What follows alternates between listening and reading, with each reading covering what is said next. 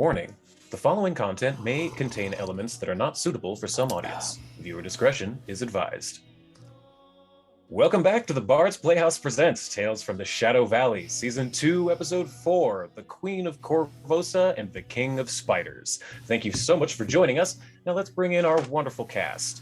We have Ash as Queen Dani. Hi, guys. Shane as Umbromancer Zavid.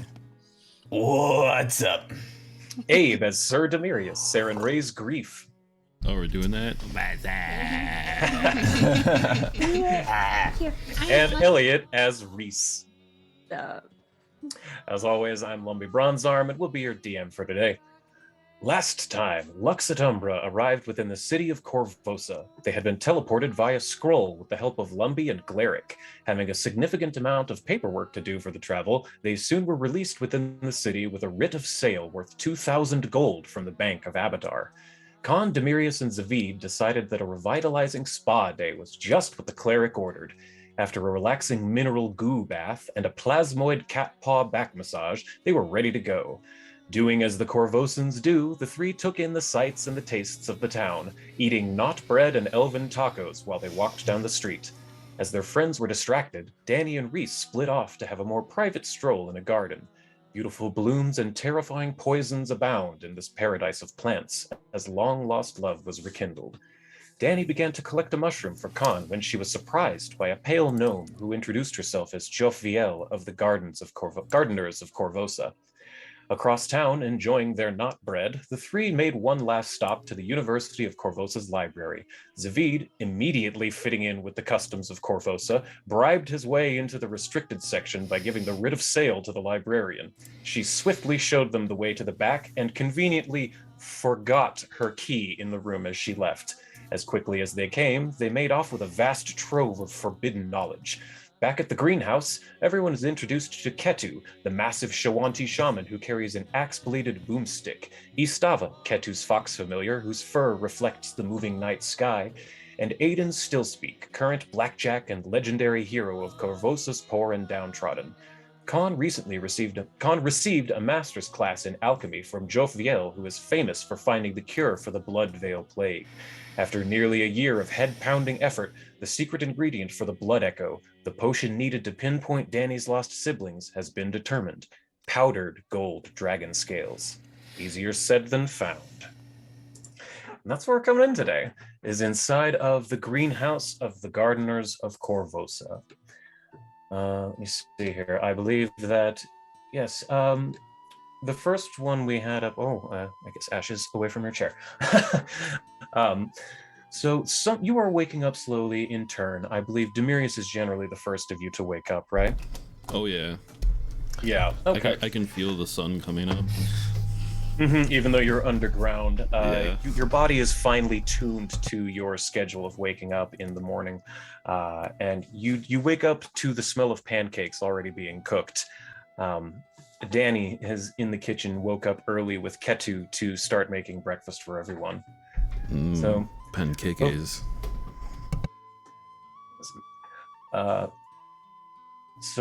So you see, the secret ingredient to my recipe is just plenty of brown butter. You need to just toss it inside the batter, inside the pan when you're cooking, and on top after. No, that's way too, no. Ketu, I appreciate your art, and I get it, it's an art, but it's not right.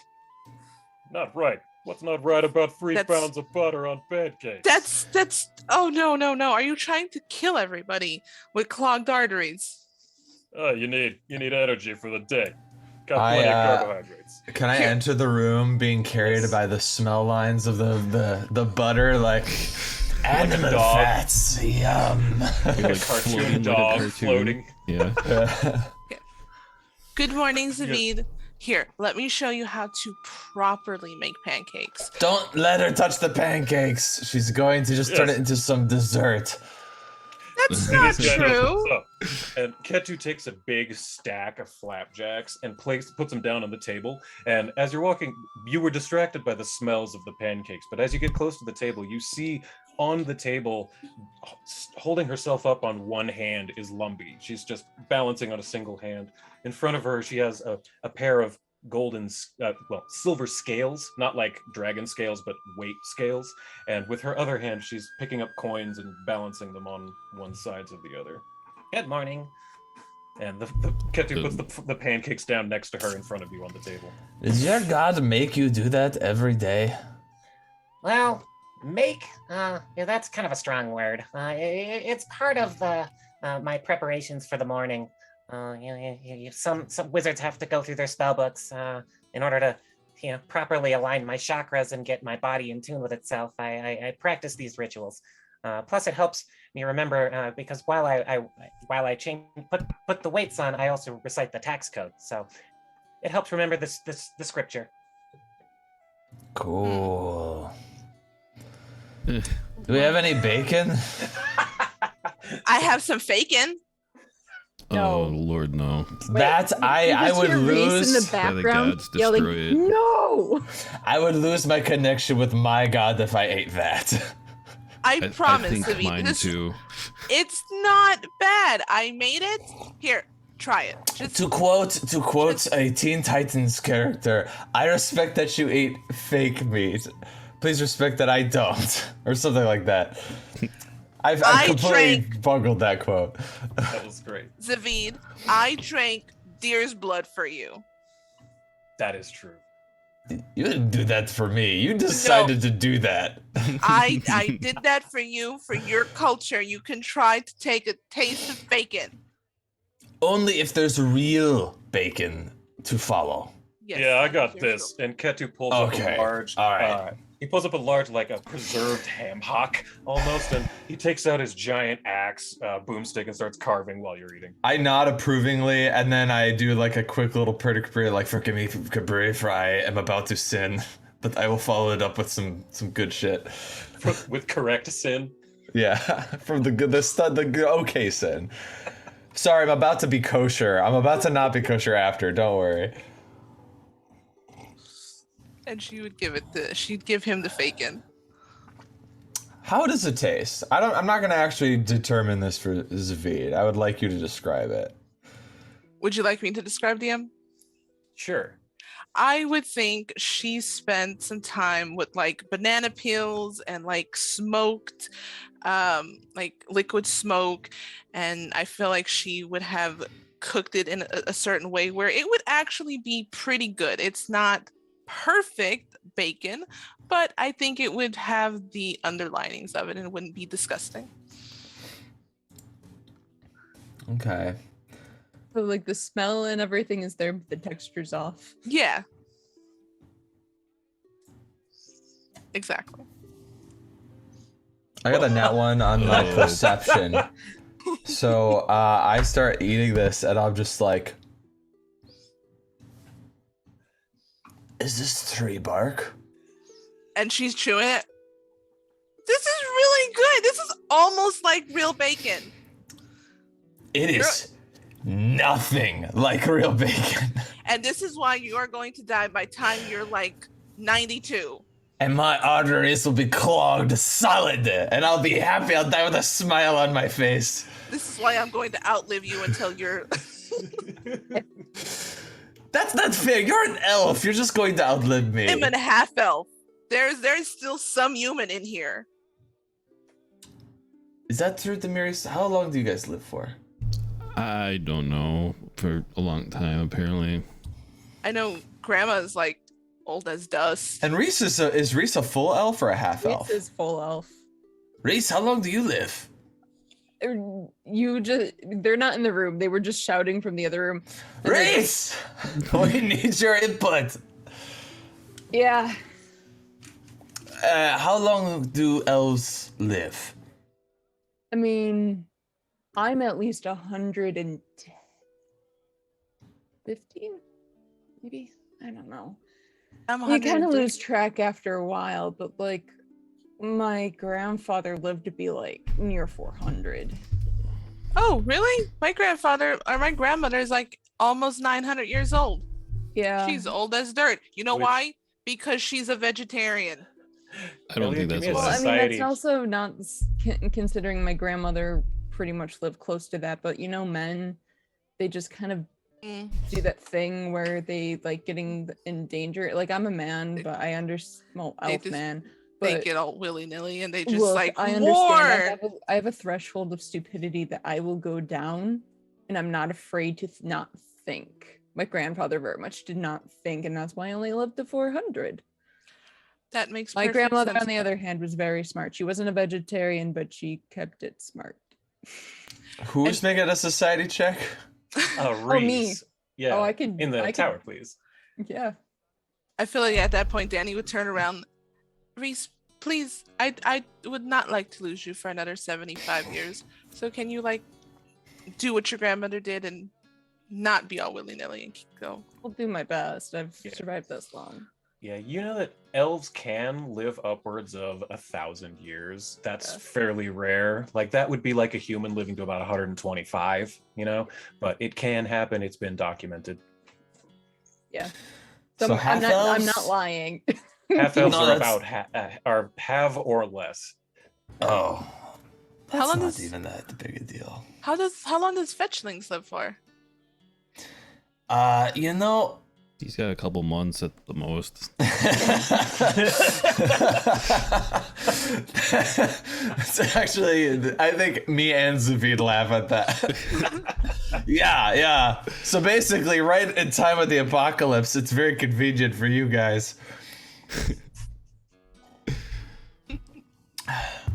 No, I don't know. I mean, we used to fetchlings, you know. Hold on, I actually have to pull up. I forgot some of the cool like terms and words for us, but basically, fetchlings used to be humans. Called Kyle, isn't that? Kyle, yeah. Kyle or Kyle, yeah. Kyle. Just get Kyle. corrupted by You're the the one playing Kyle. it. You're the one playing it. You can decide how it's pronounced. shadow force. Yeah, hold on one sec. Shadow Valley. Zavid. One of these documents has my shit on it.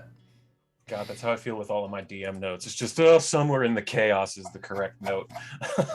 As Zavid is doing this, Danny's gonna take some faking and she's going to give it to Ares and Arwen. Okay, they No, don't do kind of that. they kind of sniff at it. Let me see. You know, I'm gonna roll something for them. Hold up. You see, once human and now set apart, fetchlings display the Shadow Plane's ancient influence through monochrome complexions, glowing eyes, and casting of supernatural shadows. Fetchlings are a striking people whose skin appears drained of color. These lithe and shadowy beings seem to sink and vanish into the gloom. They see in darkness, exercise control over shadows, and have strange occult powers. Some fetchlings develop their powers enough to pass between the shadow and material planes, leaving other ancestries to whisper about figures that emerge from shaded corners and then vanish without a trace. Through magic and other means, they've spread across Galarian and planes beyond, as adaptable as the humans they once were. That's where I'll end. Hey Zavid, why did your voice do that weird thing just now as you was His eyes, his pupils come back. He goes, I don't know. I channeled something. That was Hey, you know impressive. that happens a lot whenever Jofio casts magic. Her voice gets all weird and her eyes go all crazy. She doesn't sleep enough or eat. I mean, I don't know if it's my cooking, but I've never seen her eat. Well, I mean, I don't have no offense to your cooking, Ketu. It is very high in fat and It is very good. Well, and thank this you. is why Demirius, you are also going to die before you hit 210. No, you just I am work simply out and here burn trying it to off. I am simply here trying to make sure you guys live forever. I mean, I'm the one that has the better opportunity to do that. Why I don't would know want to who live else is full forever? elf. You're just keeping me from seeing Sarenrae. Are you wearing your simping for Saren Ray shirts?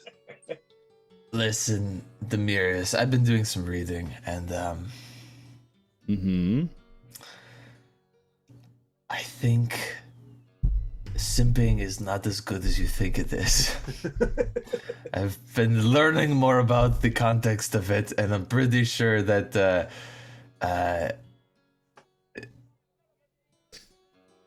I'm gonna stop. You're giving me this look that's making me afraid, so we'll just end it there. Huh? So Zavid, when you did your perception check for the Fakin, you got a nat 1, and that was you hated it, right? I didn't taste anything like bacon. Basically, that's all I cared about. I wanted to follow your math logic because Arwen rolled a nat 20 on her perception for the Fakin, so Arwen is devouring it. She just this is some of the best things you've ever made. Oh, I'm looking at that. I look back at you. I'm like, so you tried to feed me cat food? Nice. Ares is sniffing at it, kind of eating it a little. He doesn't seem to be loving it, but he doesn't seem to hate it as much as Zavid. He's a dog. He'll eat just about anything. She'll give him some real bacon. That Ares will devour immediately. She looks at him and she's like, "It's okay. It's all the demon blood that's in you." Thank you. I'm not gonna even try it. I have had your bacon once. You gave it to me as a treat for the road, and it was okay. I made you breakfast that day. It was okay. You reveal do like a a great patch job. of arm where it's grafted to your skin, like it never left. It never got removed. No, he's It's super unholy. that one. Yeah, that's fine. But yeah, it's not bad. Just I'm good. I've had a decent amount of it. I'll take the real stuff though. Your pancakes much better, much better. And I look at all Try the my butter cupcakes. on the counter, like that's just overwhelming. That's Do why, that and thing. then she'll like give Reese the pancakes that are nice, light, and fluffy. They kind of look like those like Japanese Crepes? pancakes. Oh, I No. love Oh, the those. opposite of crepes. Okay. Yes, the Oh, fluffy ones, and yes. she'll put those down in front of Reese And they just with Yes. a bunch of like blueberries and like all kinds of berries and stuff. yes, that just gets devoured because they're light, fluffy. They're not too sweet, and They're mwah. perfect. They're just perfect. Do you want one, Zavid? Zavid has already devoured his plate of butter pancakes with the bacon. Zavid's a skinny dude. Now he looks like he's rocking like a weird dad bod because he's got this like bulge He's shaped on his like a bee. diaphragm because he just ate himself stuffed, and he's just like, I need to go lie down actually. Well, we can't do that. We have to meet with the queen today. I'm gonna puke on the queen if I don't lie down, so let me go over here. So he's gonna just chill for a minute. While he digests, did you want to get him some sparring, Demirius? I know we talked about that last night. Yeah, that'd be great. Just a second. And I'll do that thing like little kids do where they like hide their vegetables. I'll take the Fakin and put it in like a napkin and then like throw it on the floor. Arwen is almost over there, almost immediately. Yeah, that's what I'm waiting for. Yeah. Oh yeah. That's Thanks, Bear. my good. That's my He's like good the fire, dog. baby. Oops, I dropped my napkin. Dog goes running. Oh, what happened? Oh no. Looks like Erwin found something under the table. That's weird. Oh, Arwen, what are you eating? Don't eat anything off the floor. Oh. All right. Stares at Demirius. What? It's Did I fine. drink the butter off the plate? It's fine. Diet at 175. See if I care. I'll be fine. When I get cut, it makes the blood flow. You also don't know is Reese snacks on rock candy, and they call it rock candy, but it's actually just like rocks. But nobody like knows. By the way, that's part of the goblin. That sounds very goblin. Rocks? They call rock candy. It actually just rock. Yeah. Oh, bless. It's like what's red and bad for your teeth? A brick. Sharpen it. Got some sharp teeth. Oh, that's bad. All right, Lumbee so hops off the table and she says, Meet me in the Grand War Room. Anybody wants Yeah. to come is welcome to. and she heads back over there. hmm. Ketu looks over to, I guess, Danny and Reese and says, yeah, it's always fun to watch Lumbee break in the new trainees. This should be interesting. All right. Oh Are you no. wearing your armor? That's a good question to start off with. Oh, I should probably change out of my t-shirt. It's like all I got on is this t-shirt that's like long. Like one of those fairgrounds t-shirts with like that's like a picture of Saren Ray, but it's like airbrushed. Yeah. That would be sweet. I would totally wear that. Let me change here real quick. All right. Now I'm ready. I completely forgot. Thank you, by the way, for the shirt. It was very comfortable. Oh, of course. Anything for our guests. And Lumbee goes down into one of these side rooms and she just picks up a little wooden shield. It's just kind of a buckler. It's not very big. Doesn't look spectacular at all. You've seen the shields that she wears, that she wore to the coronation, which let me just show you that again. I've got a picture of her. There we go. Normally, when Lumbee's going about her day-to-day business, she wears two shields, one on each arm. You've seen this before. Finnick the Goblin does this. He walks around with two shields, and you know from him that the style of fighting, his fighting style, is called Mini Mountain style, which was developed by Lumbee here in Korvosa. But she's not wearing her usual shields, one of which has this holy symbol of Abadar, and the other one is very dwarvish in nature. It's a hard steel. It doesn't seem correct on her, but she's usually not ever seen without that. But she forgoes those for a simple wooden buckler in this case. And let's see, do you want to roll any initiative? This shouldn't take super long. And I don't mean that in like a negative way. I'm just saying we don't have to go super long for it. Oh, sure. You want me to do tower or just that? No, just throw it public, because we'll know almost immediately. Okay. Ooh, we both rolled really high, but Lumbee is gonna go first. I'm ready. So, what she does is, let's see here. Yes, I think I'll do, yeah, that'll be fun. She looks to you, and she bows. And then she takes a stance and just raises her shield. And then she does this to you. Gives you the Morpheus, the beckoning you towards her. Let me see. Where's Ray's shield? There we go. All right. What if you have? What have you shifted your weapon to, or are you using just the Fauchard? No, just for like a sparring thing. Yeah, I forgot to mention that. I would shift it just to like, probably something similar, like a polearm, but like a wooden one. Like a staff? Yeah. All right. Something that. So I can just change this from slashing to bludgeoning real quick. Yeah. And that we'll call good. There you go. I'm not trying to kill the person that I'm sparring with. It's just. Right. But you can still use your magic weapon. Yeah. All right. Ha ha ha. Off to the side. Here. Oh.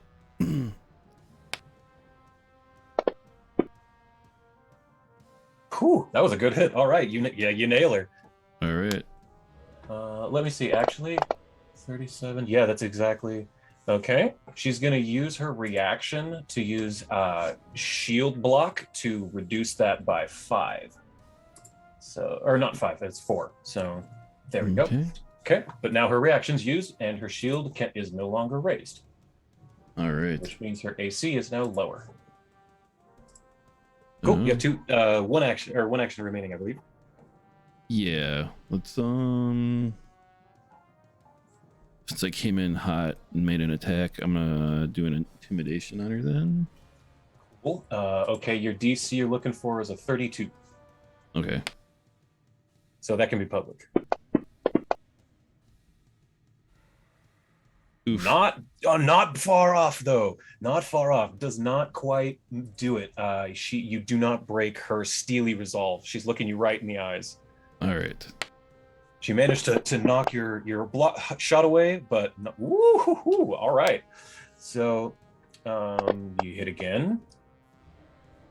All right, that one, since her reaction is used, she cannot undo. So you move over and you manage. She blocks your first attack, but then you see an opening and you pop pop her right in the chest, and she kind of is taken off guard, and she says, "Oh, good one.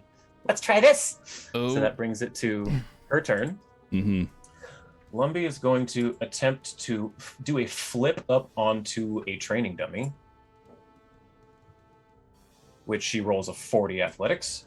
So she jumps up onto, she does a backflip up onto this training dummy, and then is going to throw her shield past you at this suit of armor behind you. Okay. Still a hit, which is going to ricochet off and attempt to hit you in the back of the head. Oh. Which it does. Okay, doing 14 damage, and then she's going to raise her shield. Now my reaction's back. Now it is your turn. She's standing on something?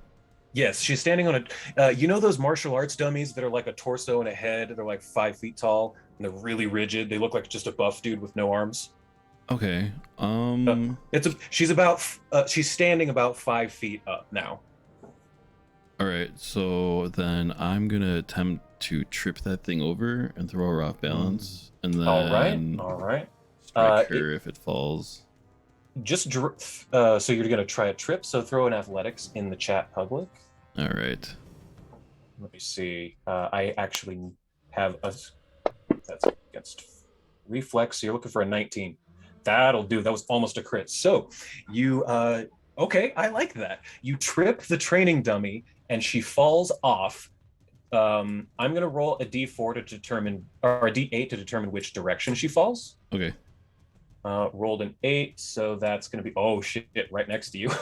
And let me do a reflex save to see if she falls prone, but she probably won't. But let's see, there's always an at one. 29, now she's not going to land prone on that. So she lands on her feet right in front of you. Okay. Let's see, so that was just one action, right? Yeah. Yeah, so you have 2 more. Not bad. Yeah, no problem. She, as you swing, she does the splits, and your attack goes directly over her head.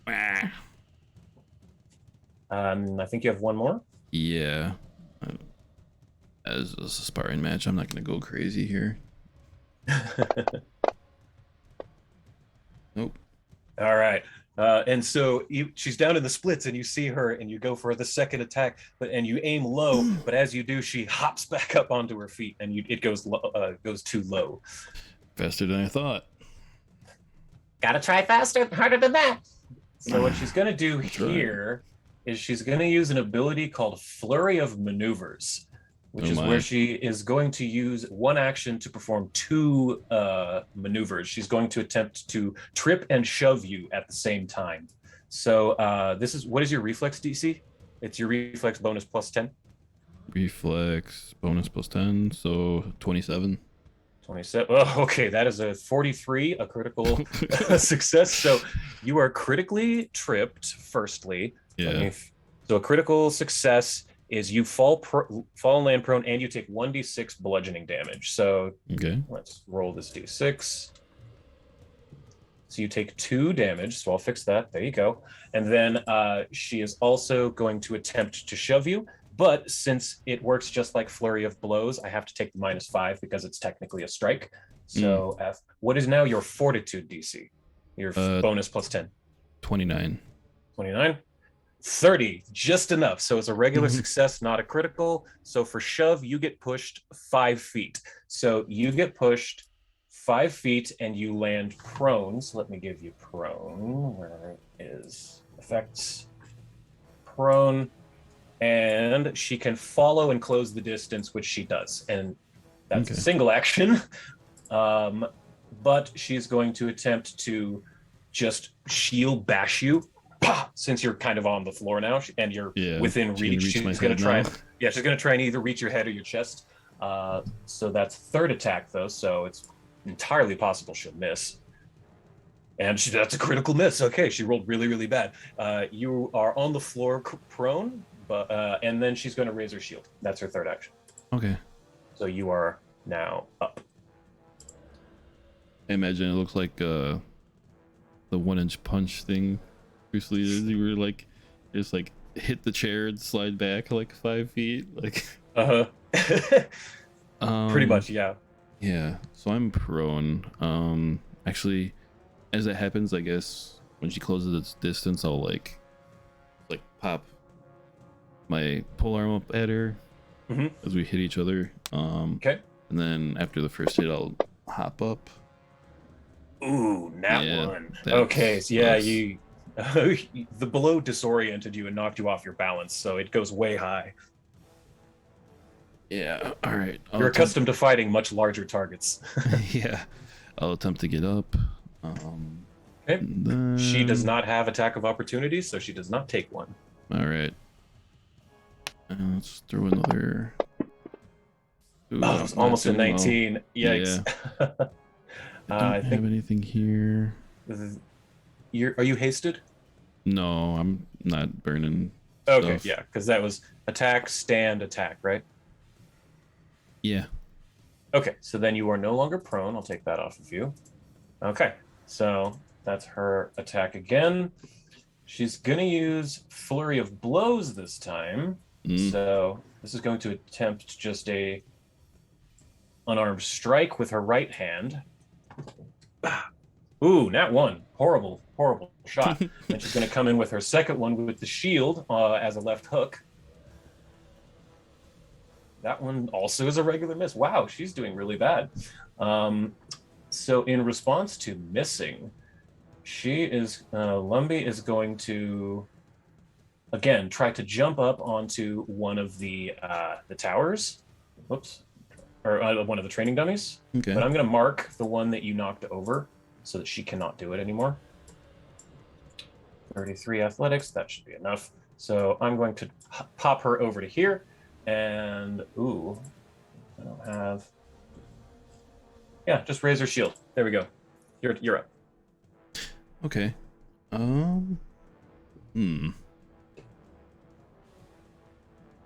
Let's see. I guess I'll step up.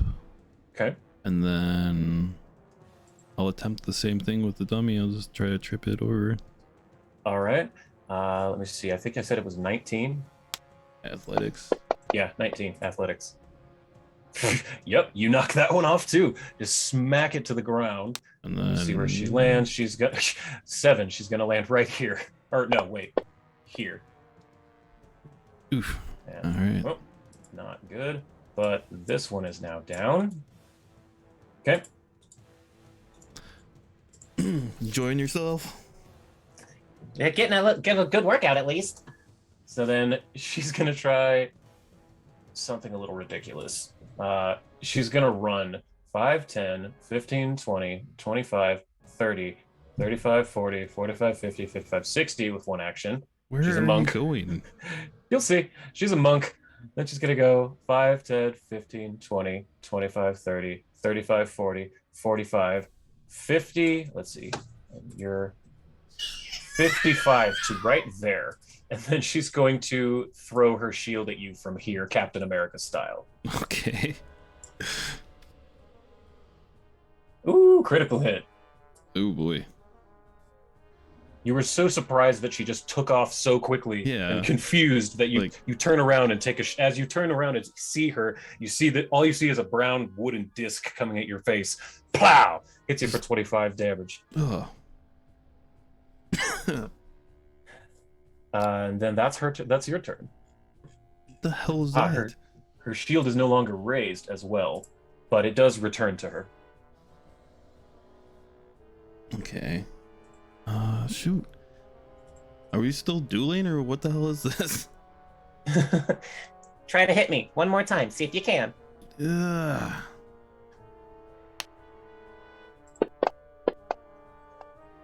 Oh, that was almost a 19. That one's a miss.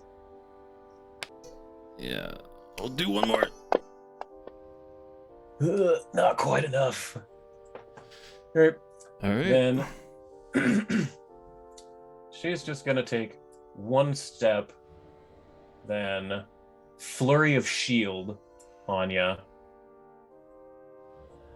And that's a miss. Wow, she's doing really, really terrible. There it is. That's Still better. missing? Oh boy. There we go. That's better. That's going to be this, though. Pop. Yep. And with that, Yeah. from behind her, behind Lumbee, you hear the soft, dulcet voice of Jophiel saying, "That's enough, dear." And Lumbee stops and turns around and says, Oh, hey. We were just having some fun.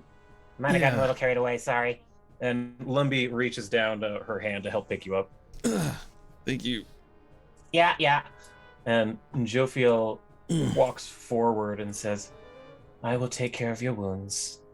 Thank you. He steps to here, and Lumbee moves out of the way. That was a good hit. Thanks, yeah, you got in a couple of good licks as well. Normally I'm pretty good against tall folk. So Jophiel comes up to you, and whoops, wrong button. No, stupid. There, roll. Okay, yeah. She claps her hands together and rubs them a little bit, and you see her eyes kind of go milky white a little bit, and she says, "All right, just stand still." And as she's talking, her voice changes and turns into this language that I'm not sure you understand. Let me see. No. You've heard this before from Zavid, you think? It's called. Give me a society check in the tower, just Sure. Demarius.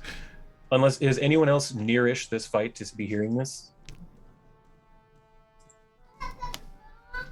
No. I don't think I would have been probably. Well, how loud is it? Probably They're very running loud. around. Yeah, he's wearing metal armor. He's getting bashed with a shield. Yeah, it's probably pretty loud. He's knocking over training things. dummies. Yeah. I probably might have just came over and like kept like seeing what it looks like. Mm-hmm. See.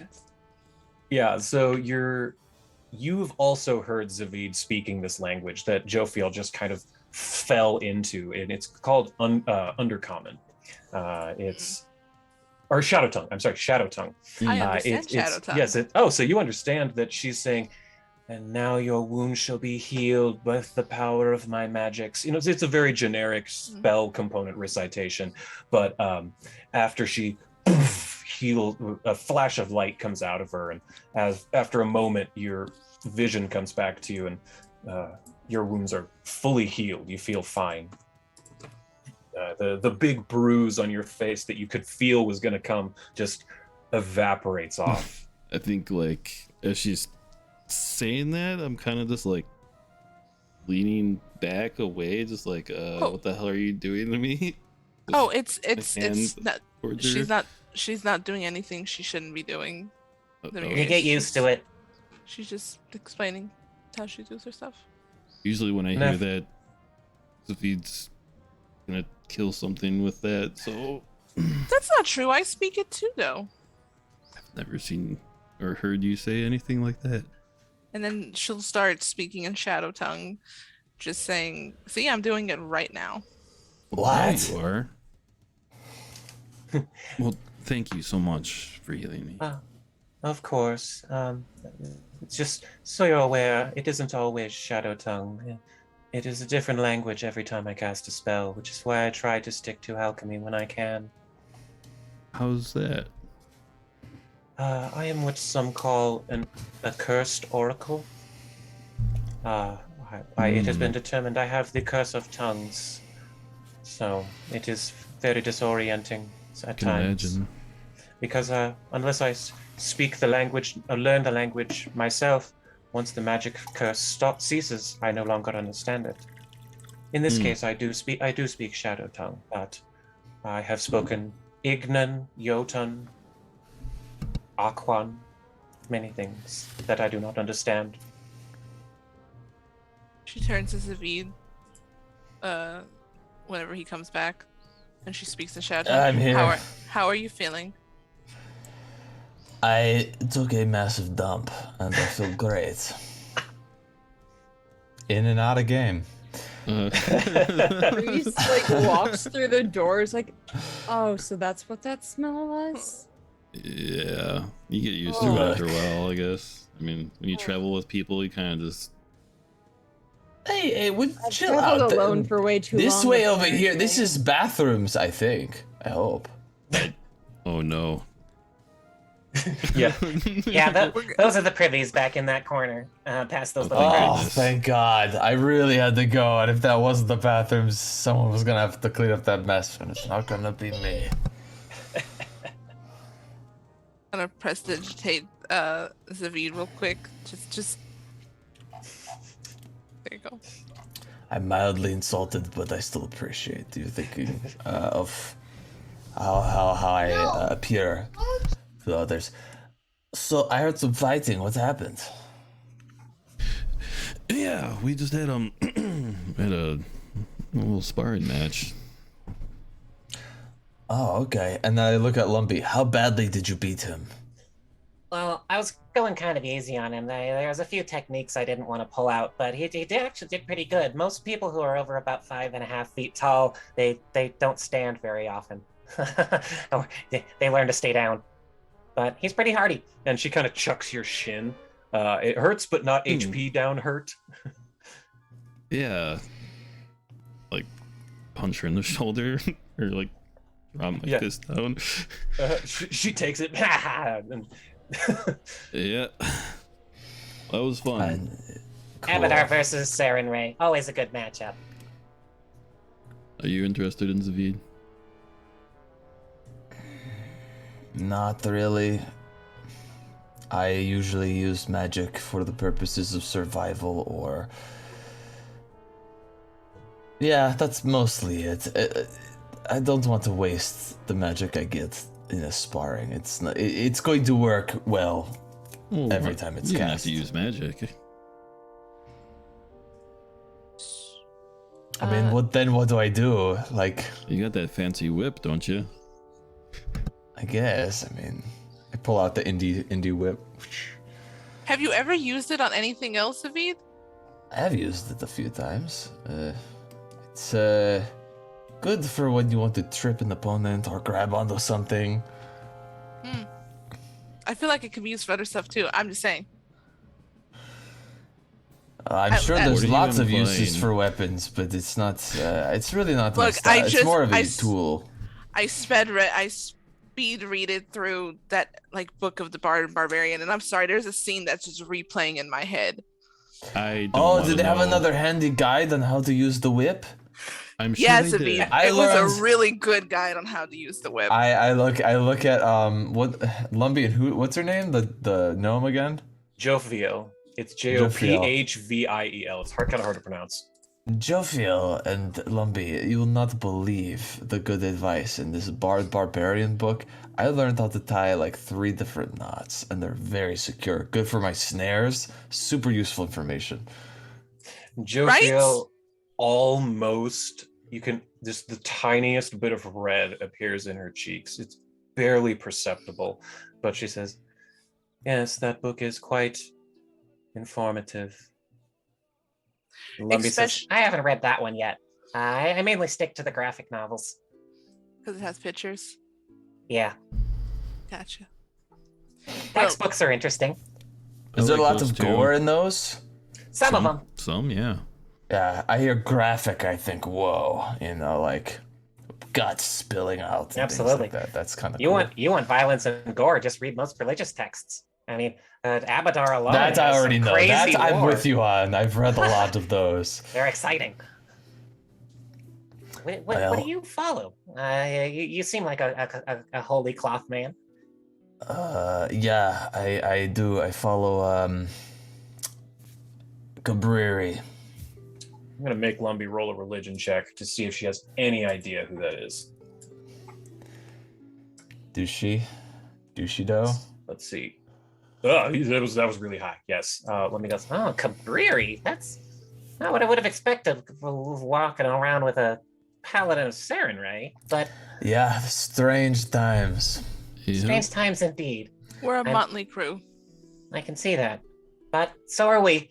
Looking, and she looks around at herself and the bleachling gnome Jophiel and the massive muscular human Ketu with his his literal Star Fox and his axe gun, and you all notice that as you're having this conversation and looking around, you notice that Aiden the Blackjack is just standing behind Zavid. Look, there's Batman. Good morning. I hope there are still pancakes. Fluffy pancakes. Surprised you're awake. I am the night. I know, and it's morning. Morning is when we have pancakes. And he walks down into the kitchen. Do you happen to have night shift, Blackjack? Justice never knows a shift. Okay, so I think you have night shift then. I'm gonna go over to Demirius and I'm gonna be like, I hate him. I hate him so much. I don't know why. You'd think I'd get along with someone like that. Every time he talks, I just want to punch him in the face. I think it's just the whole I am this thing. Yeah, he's like cocky. It sucks. No wonder he's got so many enemies. He just makes them naturally. They just see you, they get one look at him and they're like, fuck this guy, I want to ruin the city. I think he's really cool though. He's You want to a know the worst hero. part about him? You want to know the absolute worst part about him? What's that? He started an orphanage and it teaches children how to read. So he has the moral high ground and he gets to act like that. It's terrible. Oh, It's really nice. terrible. No, he It's is like- nice, but that's the problem. He's too nice. So he gets to act like this, and we all just have to accept it because No, he he's so doesn't. nice and does so much good. No. You can be nice and you can act normal. You don't have to act like a weirdo. I don't like him. As Zavita saying this, she gestures to Demirius. Are we forgetting who we have?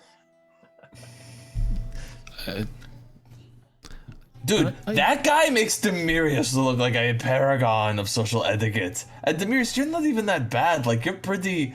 what are you even saying, Danny? What are you saying about Demirius? I don't try to rub people's noses in it. I mean, I hear about Serenade all day long. Yeah, because you're around Sure. all the time. Yeah, he's the champion. Like, you're gonna hear it. I don't hear Lumbee talking about being the champion of Abaddon. She Or was what's her name? literally just Abadar. standing on one Abadar, hand thank and you. balancing scales. Or In the middle of the canteen where everybody eats. Okay, fine. I'm going to go pray to Shalyn now. All right. Oh, Shalyn this, Shalyn that. It's all about Shalyn with you. Oh, Shalyn, look. I'm a bird and I'm pretty. I sing. I'm sorry. Are you talking about your god's girlfriend, True. Demirius? One of them. So true. Are we supposed to go to? Yes. The We should probably start getting ready for that, I suppose. I always lose track of Yeah. time with sparring. Sorry about that. No, it's Yeah, it's alright. She scoots off to her bedroom. we had breakfast. We had time to settle in. So you're feeling better, those of you? Yes, I got a snack for the road, so we're good. All right. How's everybody else doing here? Good. Then he's gonna take some faking. Mm. I got candy, and you just like it's a bag. You don't see what's in it, but it's Candy? definitely a bunch of yeah. Yeah, I got candy with me. I always keep it What? on me. Kind. Oh, it's called rock candy, Ooh, I'd love to try some. and they're just Is it like a bunch good? of gems. Okay, out of character, they are like they're not like pebble rocks. They're like gems, like tiny little gems. They're like mix in maybe some pebbles just for texture, but it's tiny mini gems and stuff. And, like I don't know, like if you want, and they just pop one in and they toss them over. Ugh. You She'll eat this? She'll take one and look at it. And give it to Demirius here. You want to Yeah, try? I already put a bunch in my mouth. I'm going to put one in my I mouth. would love. Can you guys do perception rolls like you did with the fakin? I Yeah. want to No. see. Do it publicly so we know what numbers you I'm get. just curious. Low means you hate it. Okay, let's see. I don't know if that's low. I only rolled a 9, but I got Yeah, a 23. 23. I just kind of like swishing it around in my mouth, just like, yeah, this is okay. Danny likes it more than than Demirius. Tastes like earth. I thought candy was supposed to be sweet. It does taste like earth. Mhm. I don't mind it. See, I think I may have given you some in the past. Like, I can't. Oh, was it in that little box that you gave me? Yeah, that yeah, one the time? little brown box with the little star on it. Yeah. That's why they taste so familiar. Because Yeah. it'll make my dookie twinkle.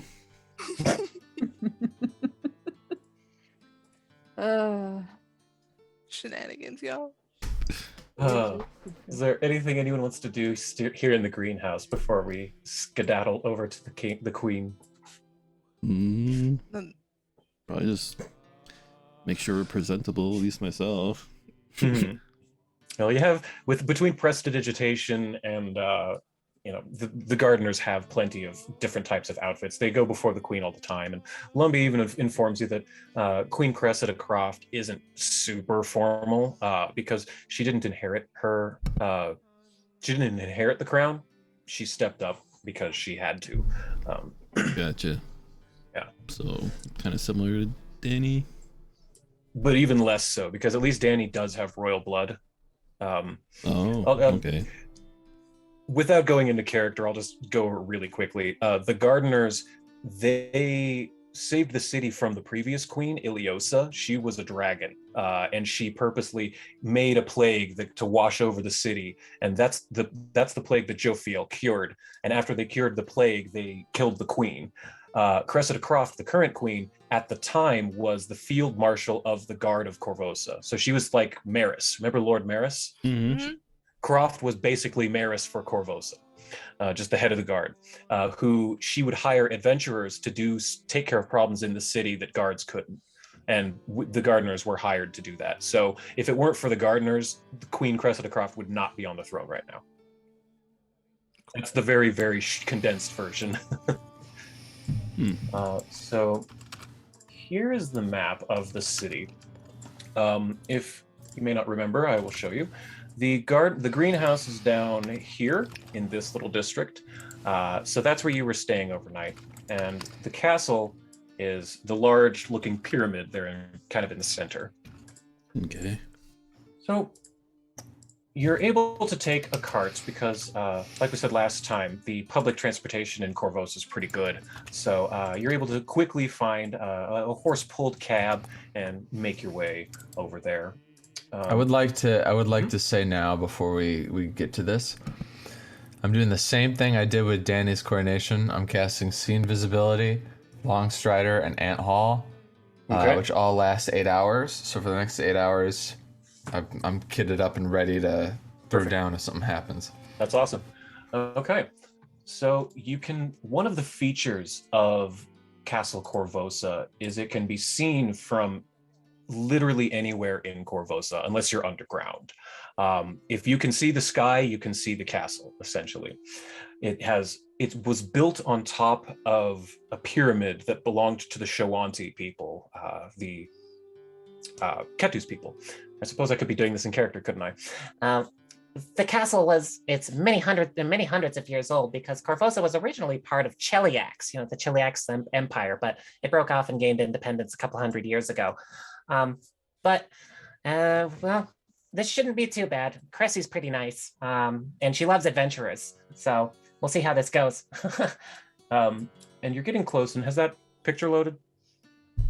Yeah. It has tall spires with imposing looking spikes up top. It's very Gothic type architecture, if that means anything to anybody. Lots of spines, lots of spikes. It looks like an evil king castle, I suppose I could say. But you get to eventually pull up to the front, and there are some guards standing in front of this massively long stairway that leads up top of the pyramid. And Lumbee first walks up to the guards and shows off. She has a badge on her that's shaped like a big key, the holy symbol of Abadar, and she just shows it to the guards, and she kind of points to all of you and explains to them that we have a not a meeting. What is the word you do? Gathering? No. What is the word when you meet with a royal? Anyway, you have a scheduled words. appointment with the queen. One of those words that I'm blanking on.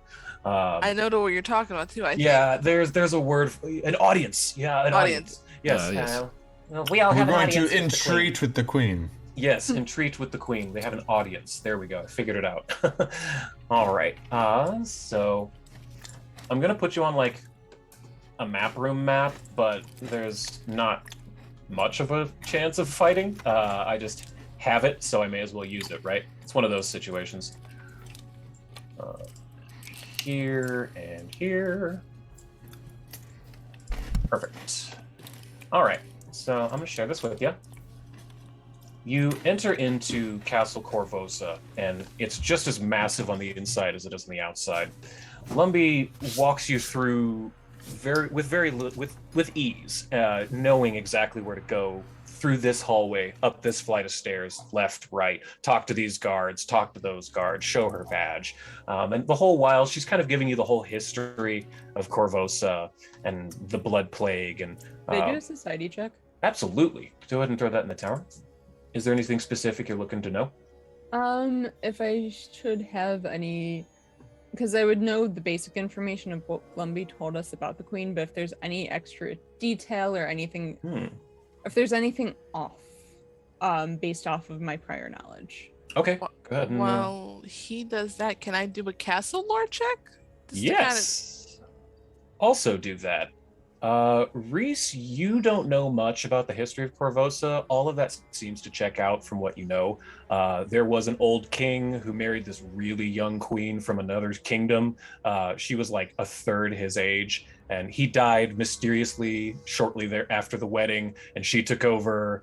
There was a plague in town. Turned out the queen was evil. She got deposed. New queen has come to the throne, and it's been much quieter since. Seems to line up with what you know. And Danny, is there something specifically you're looking for in this castle? Have I ever seen anything like this in any books? Is there anything that's interesting to me that I would point out to somebody? Absolutely, you've read about Castle Korvosa in your books. It's a very old kingdom. It used to have ties with Druma, political and military and economic ties, but under King Arabasti and Queen Iliosa, they had kind of dwindled into next to nothingness. So there's really not been much in the way of trade or military alliance or political alliance between Druma and Korvosa for decades, if not maybe even a century. Would that be something that I could talk to the queen about to maybe reinstate? That is entirely possible. Because this is a very different queen than the previous queen. So yeah, you're walking through, and she eventually, Lumbee leads you into a throne room that's not nearly as large as Danny's. It's far more austere, much more cold stone. It's in the top right of quarter of that map, if y'all see where you're at. And she walks into the room with both shields on her hands, both shields on her arms, and she steps to the center. And on the throne, you see a human woman with raven-colored hair and red leather armor with some chain link inside. It looks like this. Lumbee says to you all, Presenting Luxatumbra for Queen Cressida Croft. Hey, Cressy. And then she motions to all of you to step in. And what order would you all step in? I will go first. Okay. Well. So, and she says, Queen Danny Arion of Druma. Your Majesty. And she'll curtsy. I suppose I'll step up behind her. okay. Sir Demirius Altherona, champion of Serenray. And who is after Demirius? Go. All right. Reese from the Osirian. And then Khan will walk in next. Khan, the bloody Rizzolo. And Khan bows a little bit. And then I try to walk behind everybody and just be like, don't introduce me. It's fine, all right. And Savid. and she just gives you a quick one. And Savid. I like tip my little hat like, thank you. Then Lumbee says, Luxatembra, Queen Cressida Croft. and she steps to the side. And Queen Cressida, has that picture of her loaded? Yes. Fantastic. Yeah, she says to you, welcome, Luxatumbra. It is wonderful to have an emissary and a royal from Druma in our halls once again. I remember long ago we had ties, but those were broken. What brings you to our city? Well, maybe hopefully we will be able to reinstate those ties and unite our kingdoms once again. Perhaps. And she'll look back to the group. We're here for asking for help, right? Yes. Help, also to give a warning, a lot of different things on the itinerary. I think this is best for not just myself to speak on, but my entire party. And she's going to take a step aside. Do the And thing, boys. I step forward because I have courtly graces. Yes, you do. This is a very good time for all of that kind of stuff. This is the moment for that feat. Yes, This absolutely. is your moment. This is your moment, Reese. My moment. So I step forward and I'm just like, well, one, it's a pleasure. And two, as you may know, the world looks like it's about to end. And it's not going to really. But the way that the planets are aligning are very precarious and peculiarly detrimental to the lands itself. We have had visitors from different planets, and we have, they are here, and we have taken care of that, and they are here roaming as they please, but there are also others who are not so very welcome that we are worried that they will cause harm. And due to the alignment of the planets and what comes next, we are unsure of what we may be up against. And at this point, together, I think joint forces is more important than anything else, so we can tackle this together. And your courtly graces thing, that lets you use society instead of diplomacy, right? Is that what that does? I believe so. There it is, courtly graces. You can use society to make an impression on a noble, as well as with impersonate to pretend to be a noble if you aren't one. So yeah, give me a society check in the dice tower. Because normally this would be a diplomacy check. Okay. Cressida sits back in her throne a moment. She thinks it. She says, "It is strange you say that the world seems to be ending. We've seen a boom in births as of late. Our ranchers have been reporting twins, triplets, quadruplets even. The fishers have been pulling more from the oceans than they ever have this last month. What signs have you been seeing?" That will Just quickly that. change. That is one of the signs that it's coming. Again, look, I've got this whiteboard that I brought with me. I got you. I'm borrowing this from another person that I play with who just always carried a whiteboard around with them with their Just squeak character. it in. Was that was that the plan? Like, this is where our good friend Savid would be the most educated to inform you on that. That was the planet that was like bringing like a bunch of animalistic like depravity and stuff like Oh that. no, and- that's a different one. Oh, I got this. Check this shit out. All right. Here we have a little chart. There's our sun. There's Galarian. That's us. Third planet from it. And then we got all this other shit. Pardon my language. I look at like the guard, like, excuse me, but just trying to clarify these I would things. like to share the image of the guard. This is Josephus, her main guard. So he actually kind of chuckles and he's listening intently. Oh, sweet. I know my audience then. Great. Yeah. No, you're good. Does The he queen, have the again, bottle? yeah, he does. The queen was the head of the guard, and this was, well, he was a bumbling idiot in my campaign, but I made him have captain of the guard. This is Josephus. Hell yeah, I like him. So, throughout the year, or years, depending on which of these planets is in alignment. Alignment just means that the planet is crossing or eclipsing with the sun and our world, Galerian.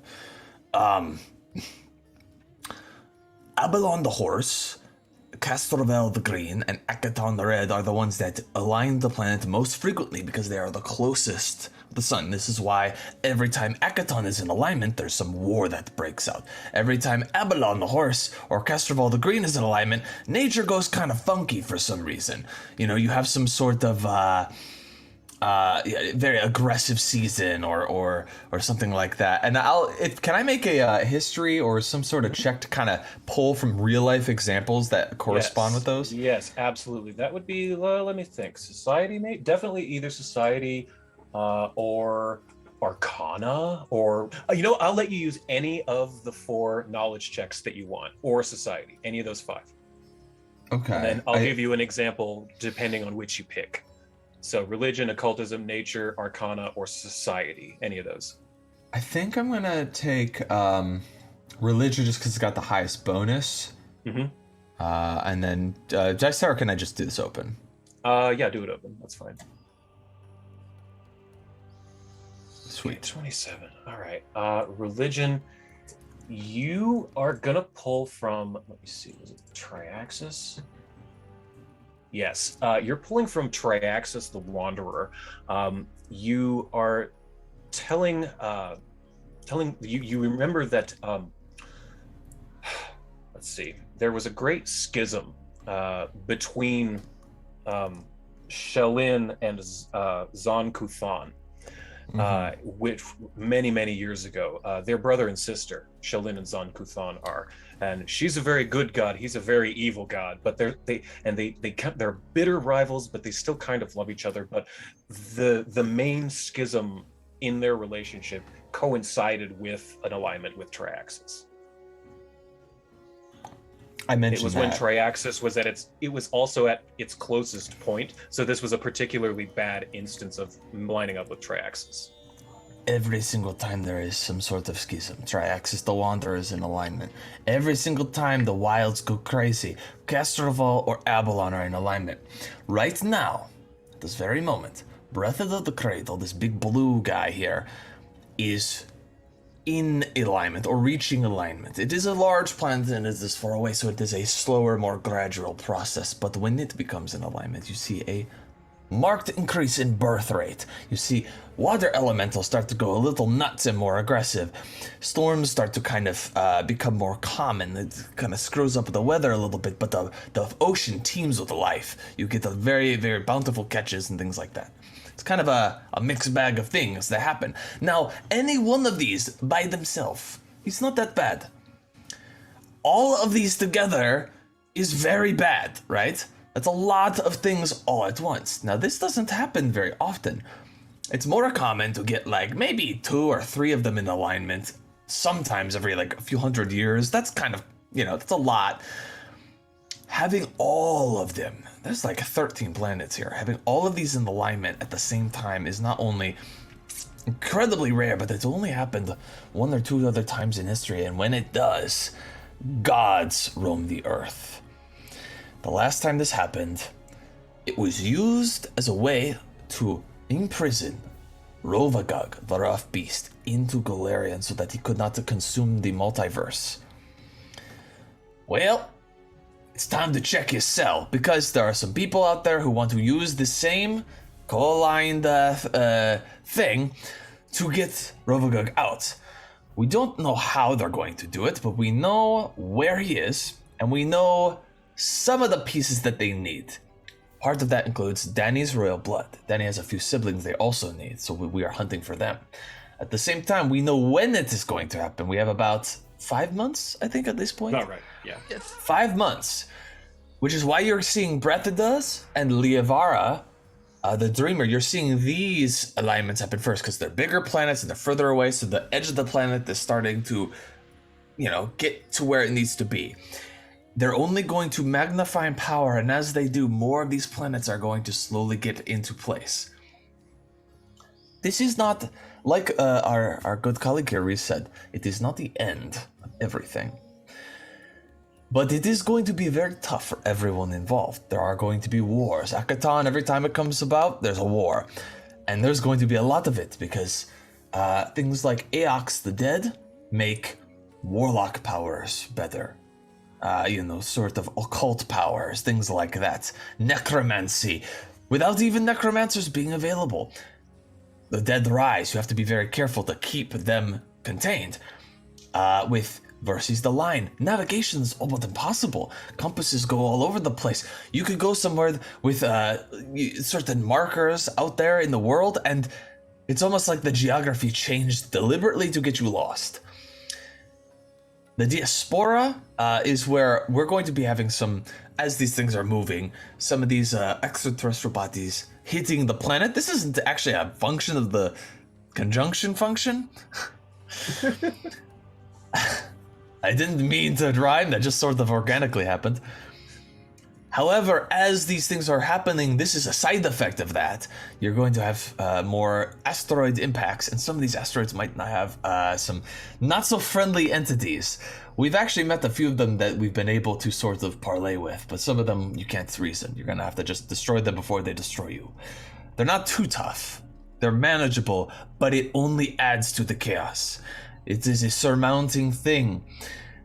You have 5 months to prepare now to get ready. To maybe build some underground bunkers, to gather resources, come up with a plan so that everybody will be able to eat, everybody will be able to survive, and sort of kind of wait this out. And as for those who can fight, we need military support, because we alone cannot stop the Rovagug thing from happening. We need kingdoms and their militaries to be able to put forth some of their men and women to help us push back against cultists of, Nyarlathotep, Urgathoa, Lamashtu. Was there another, or was it those three? It was those three that you know of. We know of 3 gods, evil, that actually want to bring Rovagug back. As bad as I mentioned the Zankuthan thing, he's bad, but he loves his sister. He's not going to risk her getting killed by Rovagug out of a spite thing. Like, there are evil gods out there that are like, whoa, hold on. We don't want the whole world getting destroyed. These 3 are insane. They think they can control Rovagug, and they cannot. Anybody with ties to these 3 gods are going to be suspects that you might need to look into.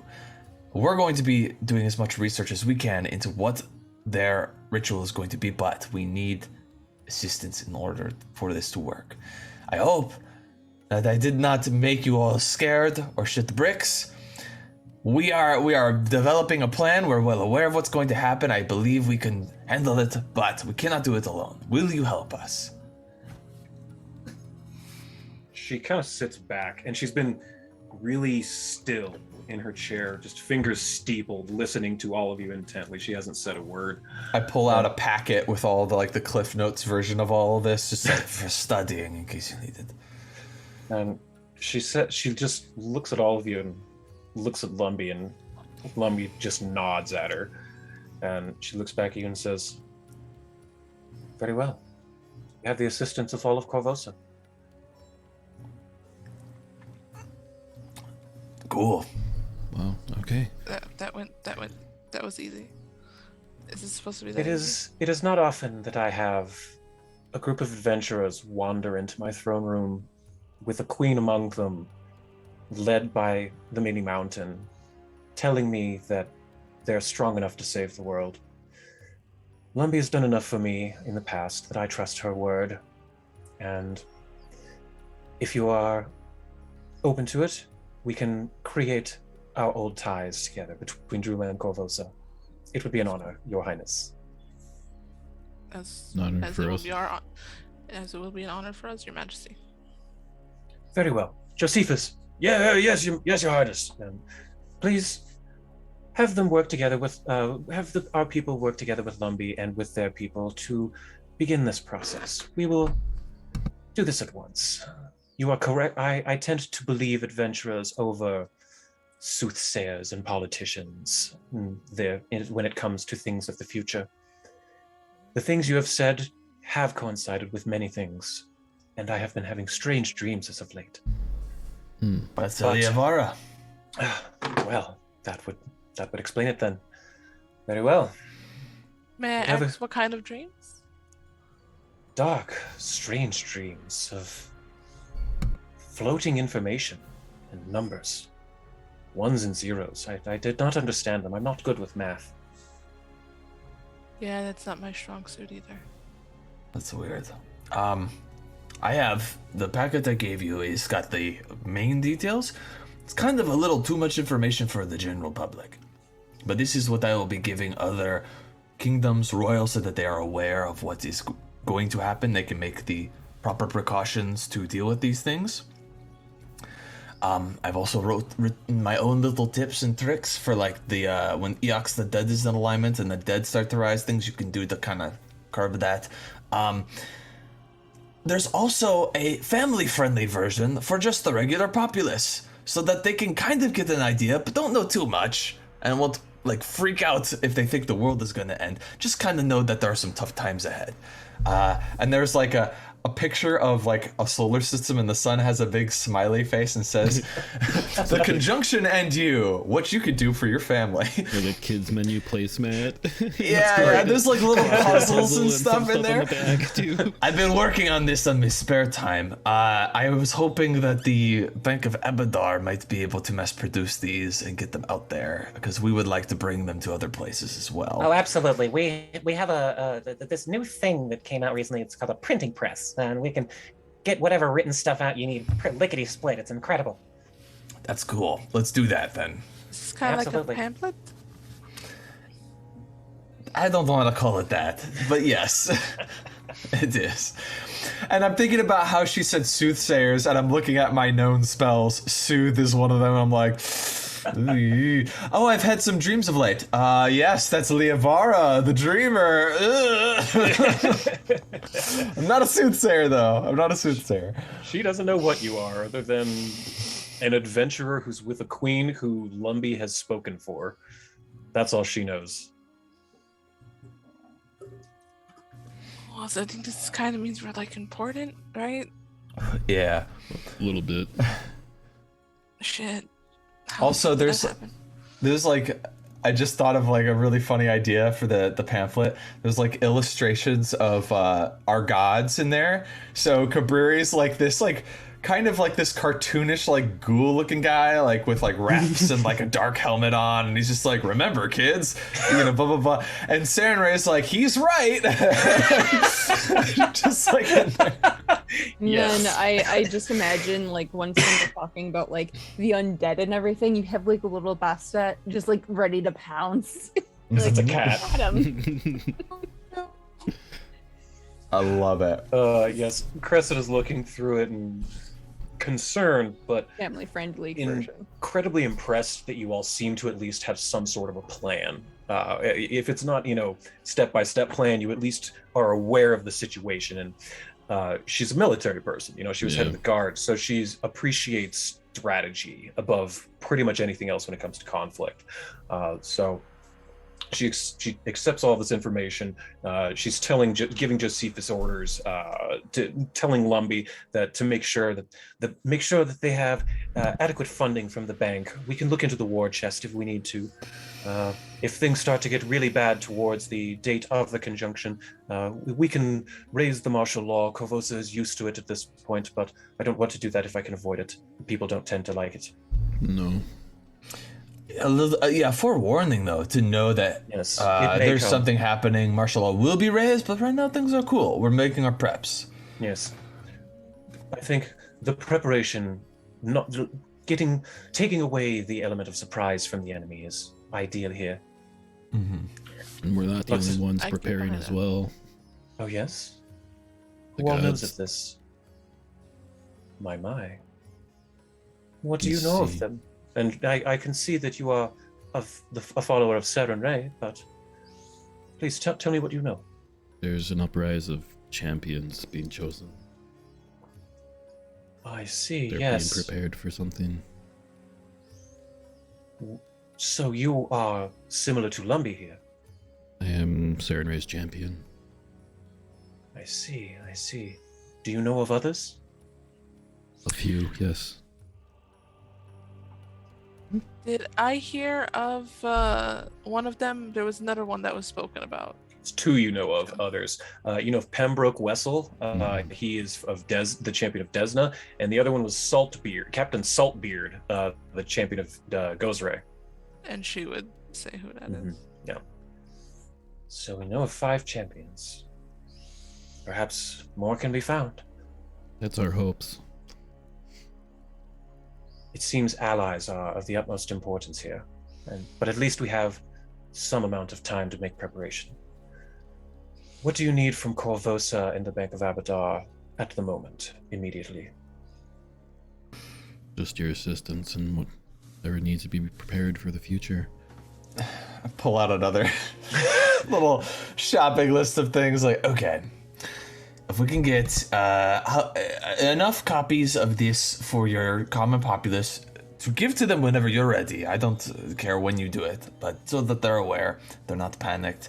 That's going to cost probably about this much.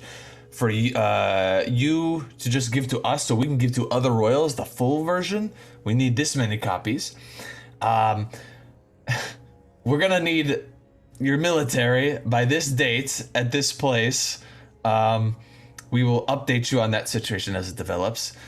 And any other support? I'm looking at you guys like, do we need anything else right now in the moment? Perhaps traveling supplies because we do need to move soon. That's right. Danny's sibling is nearby. In the I don't know the details. Danny knows them, but we might need some small financial support to reach them and rescue them. Perhaps a cart, horse. Of course. I will have a cart ready for you by the time you reach the bottom of the ziggurat. And she looks to Josephus and nods him away, and he runs off. I assume this will be all tax deductible as well. Oh, of course. Just you have to keep all of your receipts. Make sure you give them to me. I'll write it off out of everything. Yeah, you won't have to worry about it. It's all business expenses. I wrote this on carbon paper, so we're good.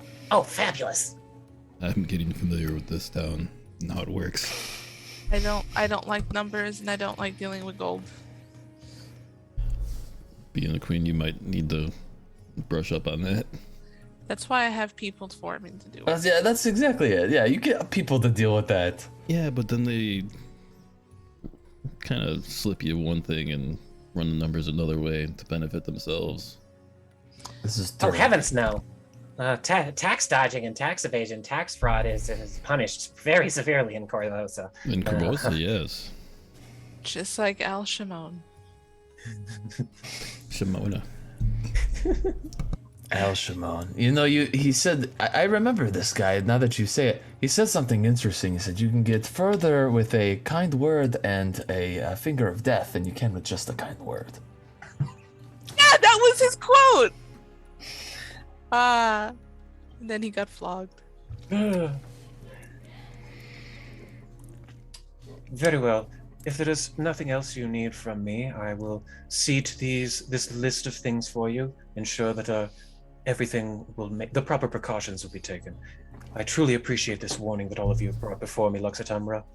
Korvosa and I thank you. You don't mind me asking, before the world ends, is there like a fun little, which we're going to try to stop, is there like something fun here to do before we get on our way and don't see fun anymore? Well, Korvosa has plenty of fun, but if you're looking for the true Korvosan spirit, I would hit up Eel's End at the far north of town near the docks.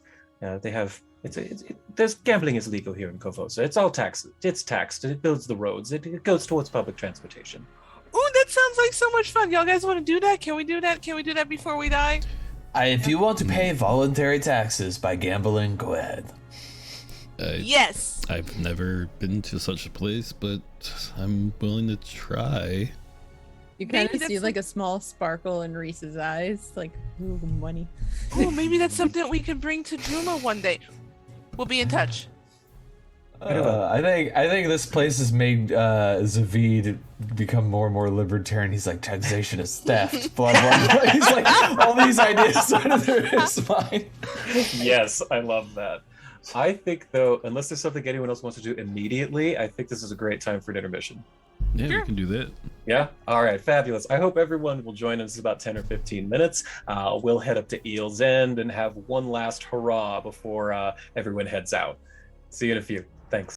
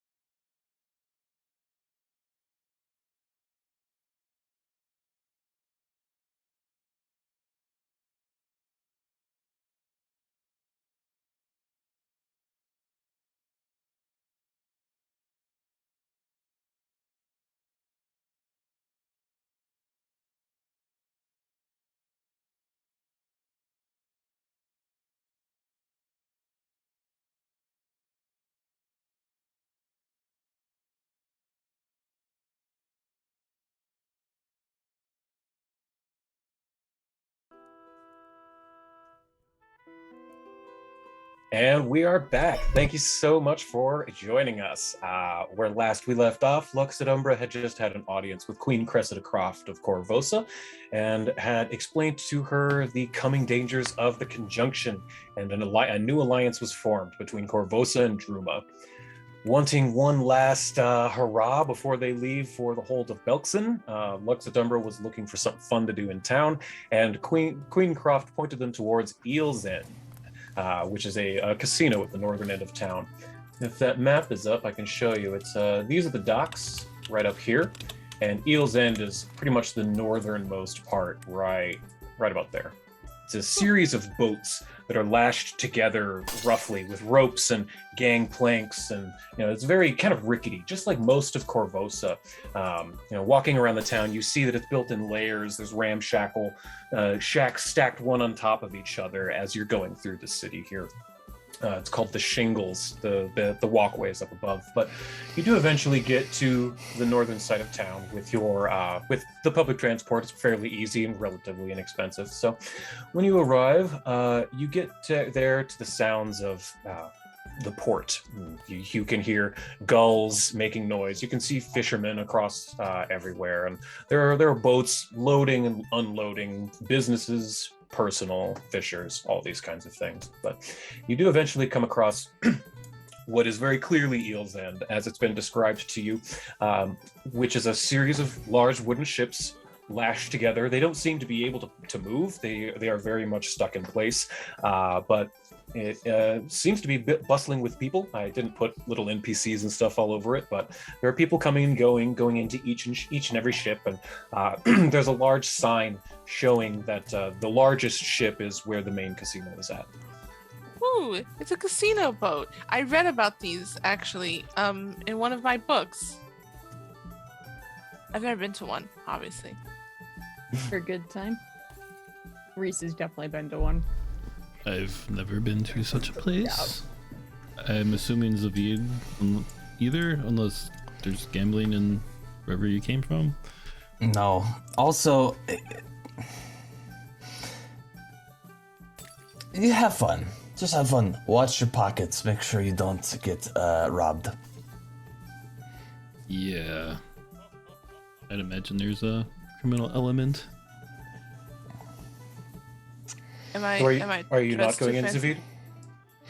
Zavid, I don't think wants to go in. I think that his deal is because he casts all those spells. He's kind of in like, this is a calm before the storm thing. I want them to have fun, but I also don't want to let my guard down. So I think he wants to just be vigilant and like kind of maybe keep watch over. He gets the feeling Reese knows what he's doing and doesn't really need anyone to watch his back. He's more concerned with Goody Two-Shoes Demirius and very naive Danny getting like taken advantage of. So he is probably gonna like give Reese a look like, are you gonna keep an eye on Danny? I'll keep an eye on Demirius. Just show me the penny slots. You don't even have to say anything. You're fine. I always have an eye on her. Cool. So Zavid's gonna follow Demirius, but he's going to just make sure that Demirius doesn't accidentally get robbed. Okay.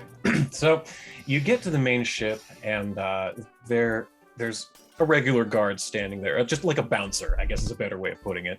And you walk up, and he just is standing there. He nods you forward. He's standing there cross-armed. He's just a big, burly human man, but there doesn't seem to be a cover tonight, so he just nods you all through.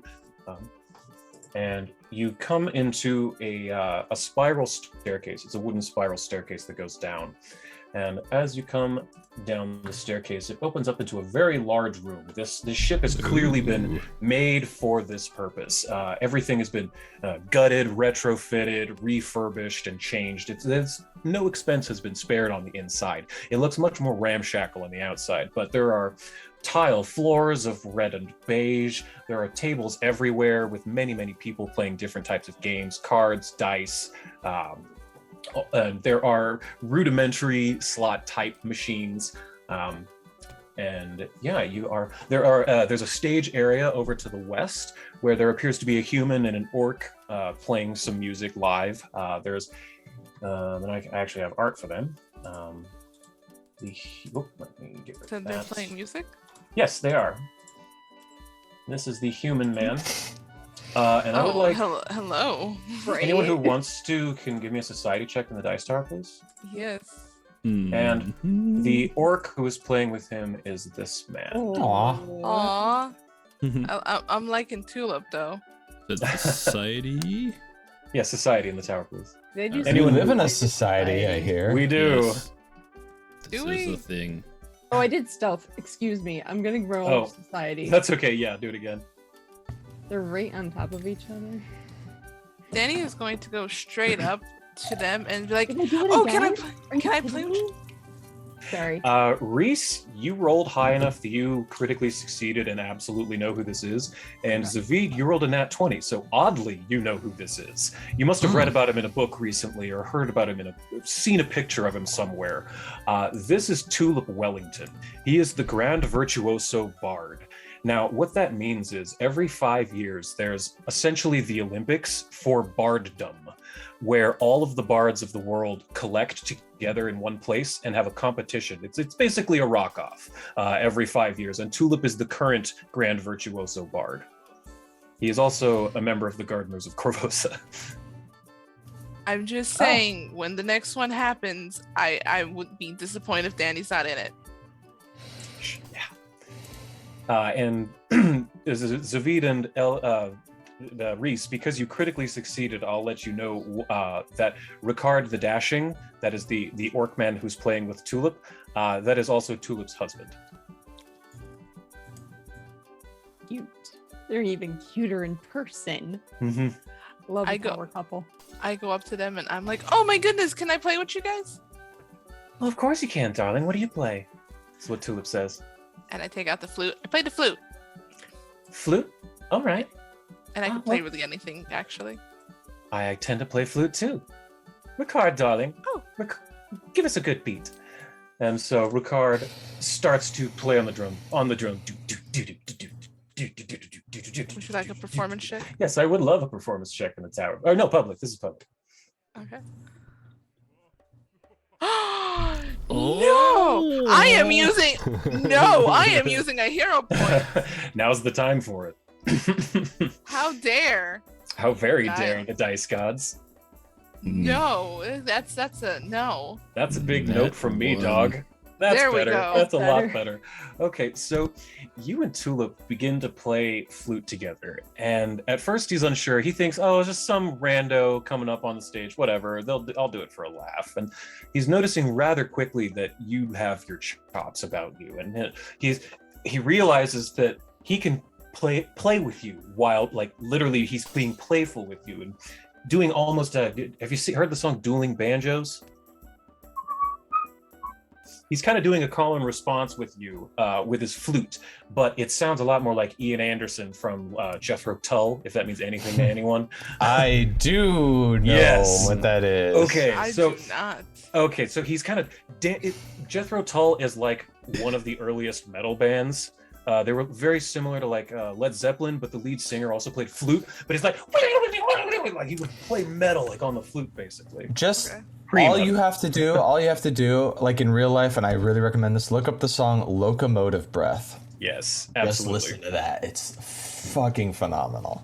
Yes. So the two of you are call and responding, playing off of each other back and forth. Ricard is looking very impressed. He hasn't seen, and Tulip is looking like he's having a great time. Hasn't had this much fun in quite a while. And when the song finally crescendos and comes to the end, he says, "Well, damn, my good man, you're very good at that."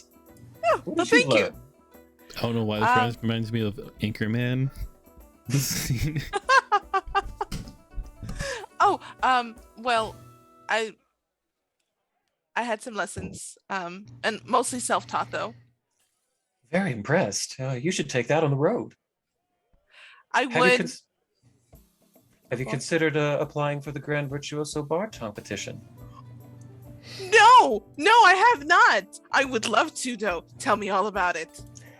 Well, it takes place about a year and a half from now, was when my reign will come to an end. So, but I will be hosting, so you can be my guest.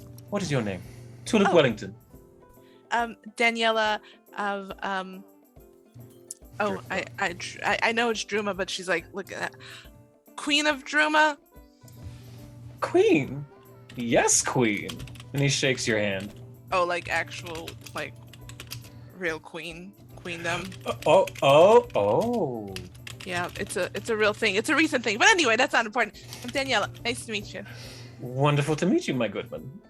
Then he shakes your hand again, and he starts, writing down his information so you can get a hold of him later. And he is basically promising to make you his guest of honor at the next Bard's Games, and hands you that. So while all that's happening, what's, let's say, Demirius doing? Savid, give me another cocktail. As I light up my cigarette.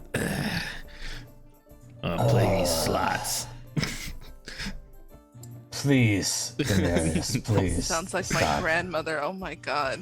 There are servers walking around. They're all fairly young, attractive, but of varying ancestries. There's humans, there's elves, there's halflings, there's a couple of half-orcs here and there. There's an orc over at the bar as the bartender, but you can get basically whatever drink you want here. I have a question. I wanna kind of gauge what's going on with this bouncer over here, and also like, what are these people doing? Are they guarding these stairs? Okay, great question. I'm going to start with the west, over on the left. Those two people are indeed guarding the stairs. They appear to just be bouncers. Is too rough of a word, I guess. They're more like security.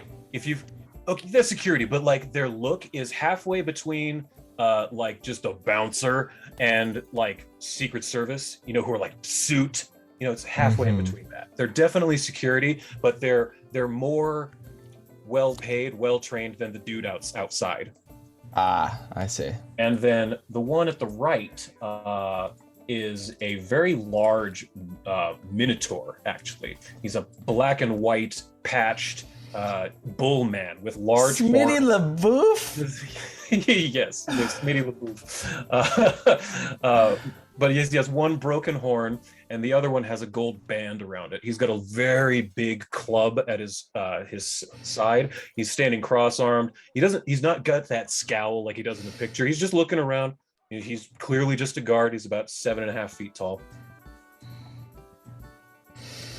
Okay. I'm trying to get a gauge of like what's beyond them that they're standing here. Are they just making sure things are peaceable in here and they just happen to be standing in front of doors and stairs, or are they actually stopping people from going up or through these places? Okay, you're welcome to go ask. They don't appear to be like, if you try to run past them, they're going to stop you, but they're not going to punch you if you just walk up and talk to them. They still know you're a customer.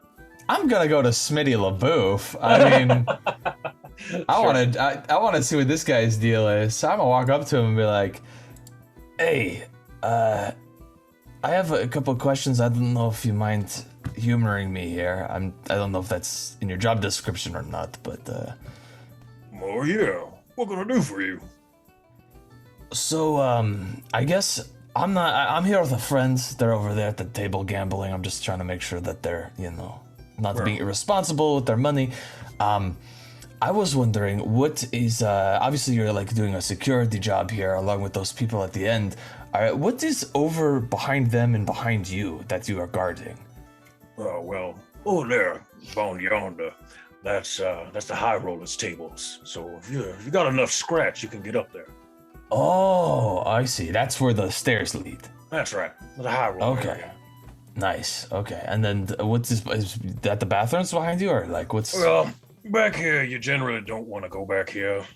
This is where the boss man sits. This is the infirmary, and for people who start causing trouble, we got a couple cells back there. I see. I got you. Cool. That's it. That's all I really wanted to know. I'm gonna see if I can get that high roller area. Yeah, of course. You good luck with that, and happy rolling. Thank you. Good luck to you as well. And then I'm gonna go sit with Demirius. Intrigued by the words high roller, I'm going to just kind of sit at the table and kind of just accompany him with the extra cherries this time. Stop it, Demirius. You're sitting at a table with a card dealer, and she's a human woman dressed very nicely. A nice dress shirt, bow tie, a black vest. I don't know if that picture's loaded or not. Did she have the name tag that says? Yeah, she has a name tag that says, in quotes, "Lucky Lucy." Lucky for you or lucky for us? Well, pull up a chair, ante up, and you'll find out, Shug. I'd hope for us. Lucky for her. Yeah, I don't trust it. Go ahead. I'm gonna watch. Sure. I don't know the rules, so I kind of need to learn. Neither do I. Pay attention to me, and we got this. All right, so all right, so I should have mentioned this ahead of time. Do y'all have any actual physical real dice near you? Yes. I do. Grab some actual real physical dice. Yes. What kind of dice do you need? Yeah, what kind? Let's see, 5d6s, 1d12, and 2d10. Oh boy, yeah. I should have mentioned this ahead of time. I apologize. I have a bunch of D10s for vampire. Okay. How many? Of what again? 5d6. Yeah. 1, 2. Okay. The fact that I'm actually going to be playing now makes me want to do this. Like, Zavid's sort of like Dude. cautious. Shane just wants to gamble. So we're going to... I want to get them all the same style. 1d12 and 1d10. 2d10, 1d12. Oh, I got d10 because vampire. Yeah, I got D10 because of vampire. D10 for See, days. a baby. I D10. apologize for not mentioning the dice ahead of time, but I didn't want to ruin the surprise. You know, it was one of those This'll things. I work. wanted, Oh, I I wanted love to it. let you prepare, but I wanted to surprise it. So Go I for my have 3 games to D100 choose from. dice. Okay, so what is 2D10s and a D12? Yep. And 2d10, 5d6. d12, and 5d6. Okay, I got the 5D6. D12. I like that we all just like, yeah, we got D10s Oh, over here. 'cause- Real dice near you? Do we? All right. I I'm got my goblin. dice ready. Same. Yep. What's the buy-in? Which depends on what game you play. Also, I'll be honest. I don't think I've ever kept track of my gold in this game ever. That's So it's fine. At I this know point, that. at this point, I'm like queen. I'm like, do I have gold? Do I have an unlimited amount of gold? How does gold work? Do I just say I want something, you give it to me? Basically, at this point, y'all have enough access to gold that it's essentially irrelevant. Between being queen, having the entire kingdom of Druma behind you, and now you're friends with Lumbee, the head of the Bank of Abadar, funding is really not much of an issue these days. Cool. But there So I flash a coin. I'm like, I'm in. Put the gold coin down the table. Sounds good, Shug. So we got 3 games. We got Liar's Dice, Hand of Fate, and 21. What's y'all's poison? I looked at Reese like, All right. Reese? what's the good one? Well, Give me a society check, Reese. will do.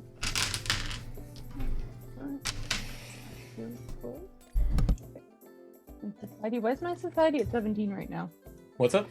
Society says it's at 17 and should be 18. Oh, that's weird. Let me see. Reese, skills, society. Weird. Okay. There you go. Okay, cool. That should have done something. Yeah, there you go. Fixed.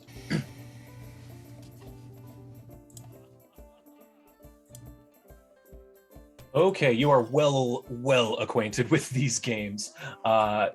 21 is basically blackjack. What you do is player will roll 2d10. That's the one with the 2d10s, and then the dealer will do the same. And then you have the option to roll as many additional dice as you want, but you cannot exceed 21 as the sum total of your dice, or you lose the game automatically. If the dealer rolls a natural 21 from the start, everyone loses except the dealer.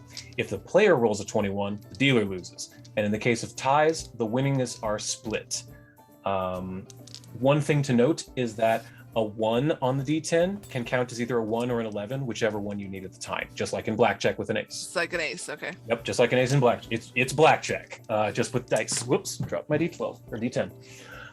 And then if both you and the dealer have 21, you get a 1-to-1 payout, so you basically just get your bet back.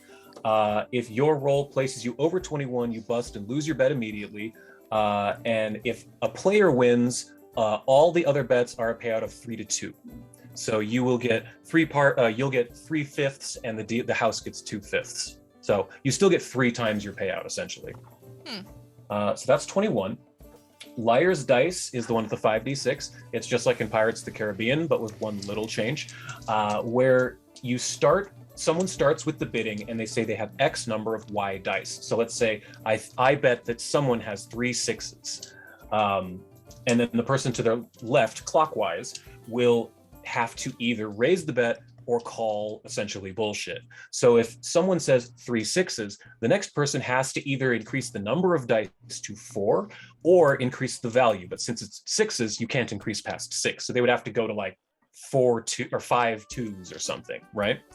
And then you go until someone either calls bullshit, which then everyone reveals. If the person was lying, then they lose. If the person was not lying, the person who accused them of bullshit is lying, or it loses. Does that make sense? And then every time it goes around, the person who loses removes 1 die, so they have less to work with. That way the game ends. Make sense? Mm-hmm. And then the last one is Hand of Fate. It's basically kind of like Texas Hold'em, where a player rolls 1d12 and they keep it hidden from everyone else. That's why I got the physical dice, or required the physical dice for this one, because in FGU it's all public, you know? So you roll it and keep it secret from your fellow players. Then you can either choose to fold and forfeit your bet, call the bet, or raise the bet if you feel really confident in your roll. Then after that, a d12 is rolled that becomes a community dice that everyone can see. I'll roll that in like Fantasy Grounds or something. We'll have a community roll. So after that, you can again call, raise, or fold as you see fit. Once the round is finished, another d12 is rolled, so players have 2 community dice. That's where you have a final chance to adjust your bets before you reveal the dice. And the winning condition is simple. The player with the highest combined value of his or her own die and the community dice wins 80% of the pot, and the other 20% is contributed to the casino. Can we do Hand of Fate? That one seems like a good starter. Sure. Yeah. Hand of Fate. That's 1d12. So Reese just kind of explains between all of these, 21's like their safest. Like that's pretty safe. It's good. Hand of Fate, little bit more screwy, more chance for failure, but when you go with all of your dice, when you got that going for you, Hand of Fate is like cakewalk after that. When you feel what you're jonesing for. So yeah, if you wanna, we could definitely roll dice. Well, it's a 5 gold buy-in, Shug. Oh, okay. Let's do it. Sure. All right, Zabid, you seem like a vodka cranberry kind of guy. Who else playing? Just so I know.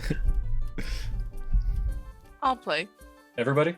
All right. I got my blue sparkly. Ooh. Beautiful. So currently in the pot in the center of the table is 25 gold pieces. So that's what we're playing for. 80% of 25, whatever that is. 25. I believe it's 20 gold. 20, yeah, you're right, 20. So you're all playing for 20 gold, essentially, which is pretty good, you know? That's 4 times what you put in. So everyone roll your d12 and keep it secret. Don't tell anybody. Keep it secret, keep it Keep safe. it safe, that's right. Keep it secret, keep it safe. So. Okay. My hands are up now, so that... All right, perfect. So there won't be any question of whether or not... Now, Lucky Lucy... Adjusted. She puts her hidden die down below, keeps it hidden. She takes another big die, the dealer does, and she drops it on the table. And I know it's going to be hidden, but I can show it here in a second. It is a 1. Dealer rolls a 1. So that can be used as a 1 or an 11 for anybody. Okay? So, does anyone want to fold, call, or raise this bet? Do I know which one to pick? So if I rolled something high or if I rolled something low, what do I want to do? That's the only part I don't understand. Are we trying to get like 2 of a kind, or is it literally just combined total? Combined total. You want the highest number. Oh wait, no, this isn't the one with 1 and 11. I'm sorry, that's 21. So 1 is just 1. I'm sorry, I was thinking of the wrong game. But the goal is to get the highest combined you can with your die and the die that are being rolled public. Sorry, I confused myself. Correct. So I'm gonna raise. You're gonna raise? Okay, so I'm also going to raise. I'll raise. Okay, Demirius? Yeah, I think I'm gonna step out of this one. Yeah, raise again. Like, No. Okay, so that's another 15. I look at my so dice. that's Yeah, no. 40. Okay. Dealer raises. Okay, the pot is currently at 45. So here comes the second community die. Lucky Lucy picks it up and chucks it for everyone to see. It is an 8. So current total 9 showing on the table. I mean, I kind of feel like whatever your starting die is the only thing that's different than anybody else's. So like, wouldn't you just, if you got a good starting die, then you would just go on that? Would the Unless you're community pot bluffing. make any difference? Unless you're bluffing and you make everyone else fold. I'm gonna raise. You're gonna raise again? Okay. Uh-huh. Is there kind of like a limit in 21 when you reach 21, what number you don't want? No, not in Hand of Fate. Okay, so you just want more big numbers? Mhm. Okay. Okay, so yeah, Reese, you gonna call or raise? I'll raise. All right. So it is now up to 55 gold in the center pot. So dealer says, very well. All right. Everyone show their dice. And Lucy puts her die on the table. And I literally rolled a 1. Dealer busts. So everyone, please be honest. What did you all roll? An 11. I I got an 11 as well. Okay. That's why I dropped right away. Okay. So Okay. looks like the two of you didn't say what to do in case of a tie. There we go. I guess we'll just split that. So the pot was at 55 times 0.8. Each of you gets 22 gold from that. So not bad. All right, I'm already bored with that one. Let's do 21. 21. Let's try that one. Very well. That's the That's the 2d10. 2d10s. Yes. Yeah. So okay. I love that this is running in Reese's favor right now. Just like first one off the bat. See, like I told you, it's fine. That's your good starter. Once when you kind of get your vibe with that one. Okay. So Lucky Lucy throws her 2d10 in her hidden space. Oh yeah, the call on this one is also 5 gold, or the buy-in. I mean. I got a 19. I got 19, and that's what I'm gonna stay. Yeah, So- don't tell your numbers just yet. Oh, okay. That's okay. So let me. If a 1 is either a 1 or an 11, like an ace. Mm-hmm. Got it. Thank you. Yes. Okay. Okay. Has everyone rolled? Yep. Okay, so you can roll. Let's see. I'm just checking to see if we can up the bet. Nope, doesn't look like it. All right, so for this one, you can roll more dice if you choose. I think. This is Yeah, up to 21. Lucy's right? gonna. Yeah, this is the 21. So Lucy's gonna stay. The dealer's gonna. Dealer stays. Okay.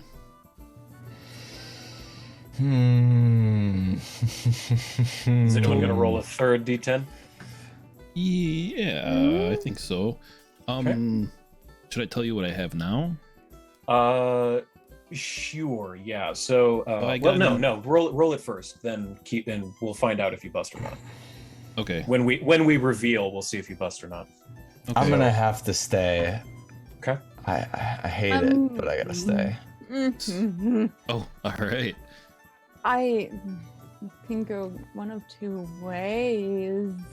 So okay. You can I'll also do- always fold. What? You can also always Oh, fold. I'm not gonna fold. I'm gonna just take the chance on fate. Okay. Yep. Okay. Then I will. I'm going to stay. Okay. And Demirius, are you rolling or staying? I rolled. Okay. So then, is anyone going to, or either of you going to roll again? No, I am definitely good. Okay. Then everyone. Wait. So, am I allowed to say I stay and then as it goes around change my mind? Is that allowed in this game, or when you say you stay, you're done? I think if you stay, you're done. Mhm. Okay. I think. I've actually never played Blackjack. Some games allow Really? you to change your mind later, and some say, well, once you say it, that's it. So I don't know if that was the rules for that. For Blackjack, once you stay, you stay. Okay. All right. Then everyone reveal. 19. Dealer has a 15. Dealer does not win. I had an 18 right out the gate. I had an 8 and a 6, which is a 14, and then I rolled a 7, so I got 21. Oh, I had a feeling. That's the thing. I was like, I feel like one of you two got a 21. I'm like, I'm gonna have to roll. What did you get, Reese? 16. 16.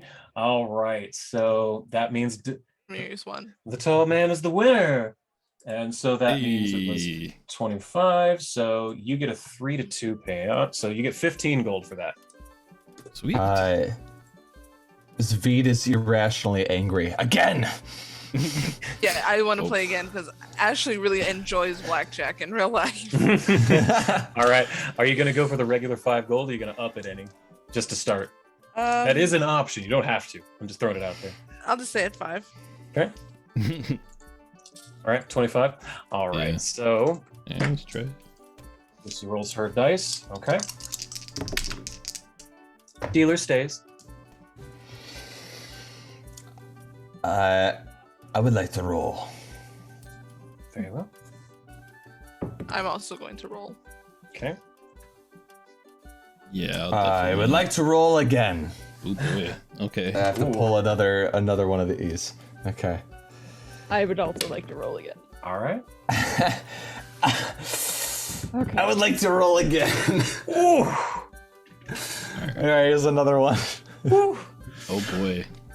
Oh, come on. I rolled once and I'm staying with I'm that. staying. I bust. Okay. Yeah. So is rolled- everyone? So wait, I rolled a 2 and then a 3 and then a 6, and I was like, that's 11. Okay, all right. I'll roll again. I got a 5. I'm like 15. I'll roll again, and I got a 10, and I'm like, damn it. Okay. Yeah. So everyone has stayed now. Yeah. All right. Dealer has a 19. Shoot. I rolled 15 to begin with, then I rolled another dice and I got another 6, so that would be 21. That's 21. Okay. Ooh. I Uh, also nice. got 21. I only got Flip 18. through one? I got like 2 1s and then I got like the 4 and the 6. I'm just like, oh, there we go. All right. So Elliot and Danny, Reese and Danny win. Looks like you get to share the pot. So that's like Cool. we'll call it 8 gold each. Oh, Reese, this is so much fun. Oh, I love this. Again! You should try your hands at the VIP area. You guys seem to be on a hot streak. Yeah. Ooh, I you wanna go mean, to the VIP? a hot wanna- streak against each other. Do you want to go? Do you want to go upstairs? We can go upstairs. Do you want to go? Yeah, let's Yes. Hold on. Let's Hold go on. upstairs. Let's go. And she just Take a breath. rushes off. Oh, She yeah. doesn't do that. She just rushes. Jeez. This is like when you get like you turn 21 and you have your like ID and you just start shoving it in everyone's face. Hashtag true story. That does not shock me. Zveed's having a crisis because he's never been a gambling type, but for some reason, it's yeah. really hitting him hard. And then he's having flashbacks to the dragon sickness moments, and he's like, "Fuck, VIP area, here I come." Okay, Gold, so and now I get more gold back. So Yes. Lucky Lucy tells you that if you want to get to the VIP area, you just need to have at least 50 gold worth of chips. You can buy them over at the counter, and she points towards the orc at the bar. Danny goes. Once over. I thought we were supposed to watch over me, but Danny does the same thing. He fully intended to, and then he got immediately sucked into it. Oh, hey, Oh. what can I get for y'all? Need something a little stronger? 100 gold of chips. Oh, Yes. What he said. 100 gold all around? All right, just for the 2. I also imagine he looks a little strange in this moment because he has his see invisibility spell on, so his eyes are like even a little more strange, like slightly iridescent and glowing. Crazy dude runs up. 100 gold. I see the winning in your eyes. You've got the luck behind you, I can tell. Yes, I do. Yes, I do. Thank you for saying so. Nobody believes me, but you're good. You know what? On the house. And he pulls you up a nice little glass. It's like a highball of clear liquid, and it's got just a little fruit slice on it. And he's Here. Danny's gonna open the bag. I need you to blow on this. Thank you. what? So Danny's like gonna open the bag. Blow on it. What? On Why? the gold. for Why? luck. For luck. Because it's for good luck. What? It's in like superstitions. Have you ever read a superstition book? Here. No. Demirius is like, but I don't want you to have good luck. I want to win. It's for me to have good luck. You blow on the thing for me to have good luck. But how does that work for me though? Do I give you my good luck? Then I don't have it anymore? I wasn't pointing to you. I was pointing to the guy. Oh. Why would he give you good luck? Can I make a religion check about Garl Glittergold and see if I know anything about this, like how luck works? Absolutely. In the tower, religion, please. I'm surprised I didn't think of that. All right, you're well aware of Garl Glittergold because you've met Swerfniblin in the past and all other kind of people who would potentially worship that kind of person. She's a bit of a rapscallion. She was a halfling in life, but she was raised to divinity, and she can bend fate to those who she smiles upon, especially in gambling. Her holy symbol is literally dice. Let me see. Wait, no, that's it. It's not Garl Glittergold. That's in D&D. Her name is Nivi Rombodazzle. Yes, I was gonna say I thought Garl Glittergold was a gnome male. Yes, so I was like halfling female. You're... This sounds a little different. 1 second, Pathfinder Rombodazzle. That's right. Different. Nivi. Nivi Rombodazzle, but that's still sort of the same situation. Yeah, same it's holy the same symbol. thing. All that. All right. Holy symbol is this. Right there. The 7-sided die is Nivi's symbol. And Nivi is generally regarded as looking like this. Cool. A blue-skinned halfling female who that's a D6. always has dice. I'm sure that's not a gnome, because she got the long eyebrows. Well, let me check. Nivi Rombodazzle. Oh, gnomish. Yeah, she is gnomish. You're correct. Okay. So Zvi's gonna have a bit of a heretical, blasphemous moment here. He's going to, after buying his chips, he's going to kind of walk behind the staircase, out of view of all of you, next to our buddy over here. He's gonna be like, just give me a second. Sorry. Oh, I've seen pray. I've seen plenty of prayer in this place. You go on out ahead, man. He prays to Kabiri. He's like, Kabiri, this is a bit outside your scope. You know I have a remnant of dragon sickness. I cannot help myself in this moment. I'm going to ask a neutral god for some assistance here in this moment. But you know you're my boy. I mean, come on. Like, I've dedicated my life to you. I'm just gonna...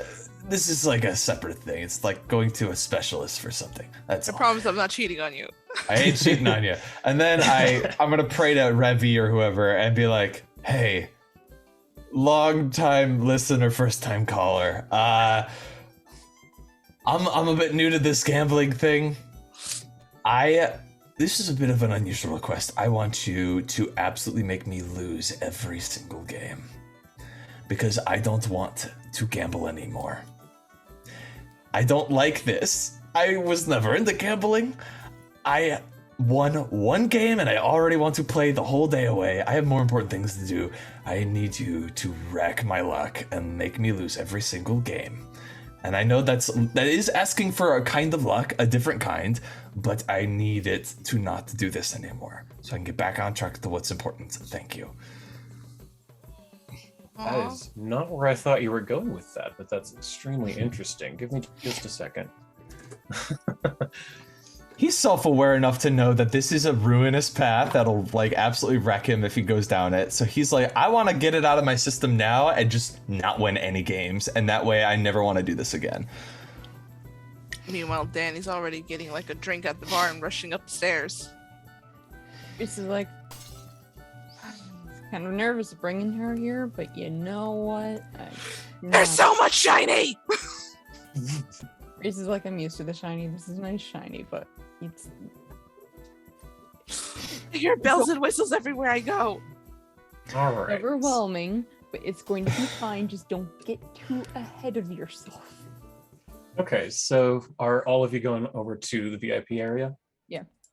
Fantastic. All right. So the two guards, the guards over there, they check to see if you have your coins, and I'll reveal this area now for you. The stairs kind of go up above your field of view, so you can't see it from the bottom. That's why I have it blocked out. But as you, and here, let me move the guard out of the way. So they let you by since you have your chips. And as you walk up the stairs, you see the floor is much prettier. It's got blue flowers all over the pattern. It's a gorgeous type of motif going here. I don't see nothing yet. That shark in the suit with the cigar. Okay. already. I take one look at that. I'm like, oh, I'm losing it all. I'm gonna look at my gold and I'm gonna let the dragon sickness take effect for a moment and just feel the covetous nature of it and be like, this is good for me. I'm going to lose it and hopefully this is going to go away. So you see a few things in addition to the shark in the suit. Did that load for everybody? I don't see anything. No, let me reload the map fully. Wait 1 second. Oh, you're in the wrong area there, bud. Oh, where is Danny? Oh yeah, go left. There you got go. her. Far left, Ash. Okay, hold on. It's a big map, Yeah. and this cord will only go, or what it's called, won't go so far. Use your mouse button and click and drag, and don't. That is exactly what I'm doing. It was okay. It sounded like you were scrolling. I got you. No. Okay. Yeah, it's a long map. So. Okay, there we go. There you Now go. I see So things. you only see 4 tables. There are not many people up here, but a couple things catch your eye. First, across the room, you see one table is the dealer is a large shark man, just the head of a shark, and he's got holding a cigar that he's chomping on. He seems to be the dealer at the table. He's wearing a fine suit. There's another man in kind of a top hat who is sitting there playing a game. But the thing that you see in the center of the room is it's a series of 6 wooden tables all pushed together. And on top of the table is just a couple of piles of copper coins. I would like really just Reese to give me a society check in the tower to know what that's for. But Zavid, yeah, you see a big, it's not like overpowering, but you see a big pile of gold coin, or not gold, copper coins. Reese, you're not sure what this is. You rolled really bad.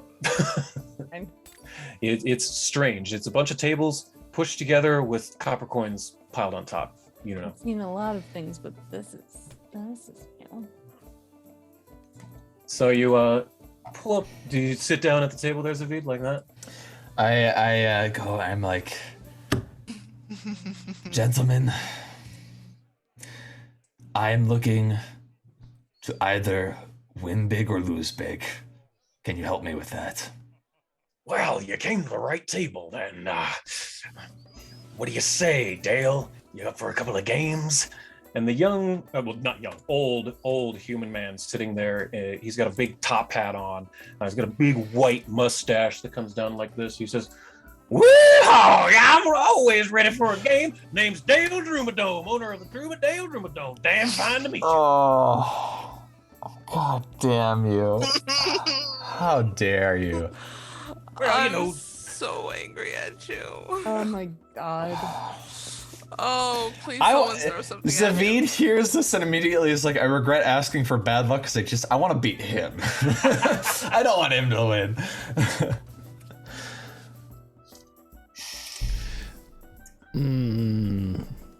Well, anyhow, what's your game, fellas? I will play Blackjack. 21? Yeah, Alright. let's do it. Or, yeah, that's All right, 21. So that's the One through one. D12 one, I think? No, 2D10. Oh, That's 2D10. Yep. All right, so buy-in's 50 gold. So let's see them. All right, I'm going to use my little death dice tower for this. Love it. Or, I'm sorry, 25 gold is buy-in, not 50. Okay. so she'll put the 25 down. 25, Yep. so that's And she does a little silent prayer to Shalane. Come on, Shalane. so Dale puts down his 25. Teeth, the dealer, puts down his 25. Ollie, put down your 25. So with a There we total of 150 gold sitting in the pot already here. So All right, everyone, let's see those dice. Oh, keep them hidden. Okay.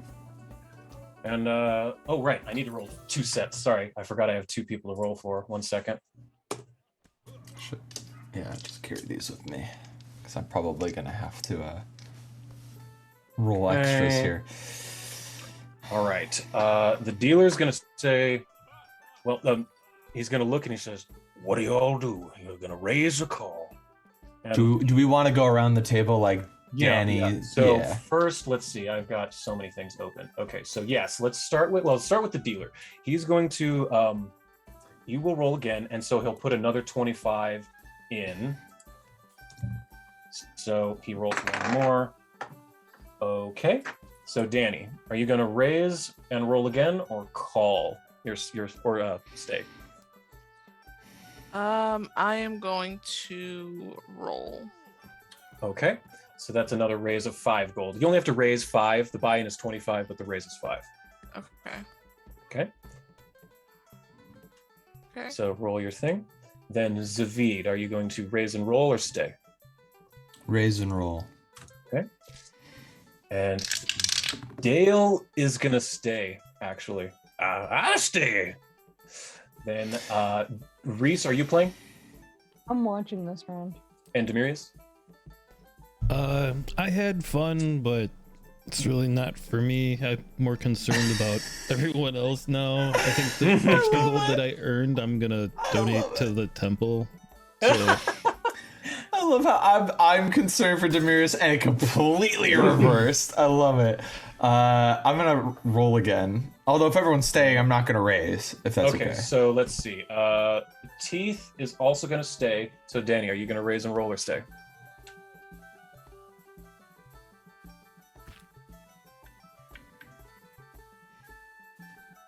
I like this actually. Doing math. Hold on.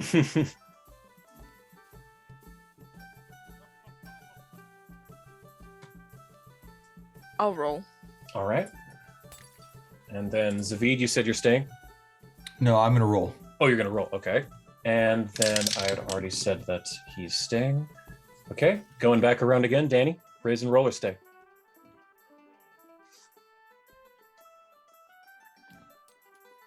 Stay. Okay. Zavid? I'm gonna stay. All right. So that's a total of 125 gold sitting in the pot. So let's see here. Everyone reveal. Dealer, Teeth, and Dale both got 17s. So what do y'all have? Let's go with Danny. What do you have first? Okay, so I rolled 2 6s, and that was 12. And then from there, I brought 2 more because I didn't want to keep doing that. So I rolled a 4. That puts me at 16. And then I rolled a 5, which puts me at 21. 21. Yup. All right. So Yeah, I had a 17 as well. So you got a 17. you got it. Okay. So yeah, Danny wins. The whole thing. Let's see. What do you? 21. You get 3 to 2. So that I said that was 125 gold, right? I think so. 125. Your audio switch mics. Yes. Yeah, I can hear that too.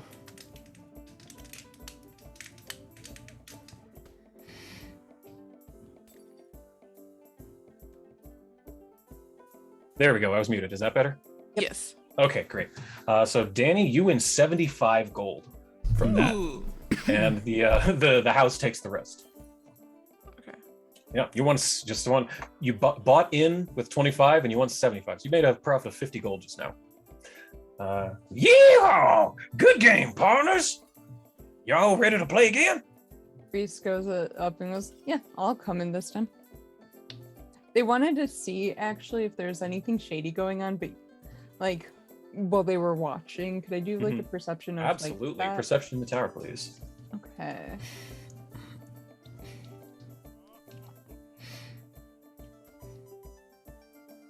If they were, you didn't catch it. Okay. You are Honestly, unsure.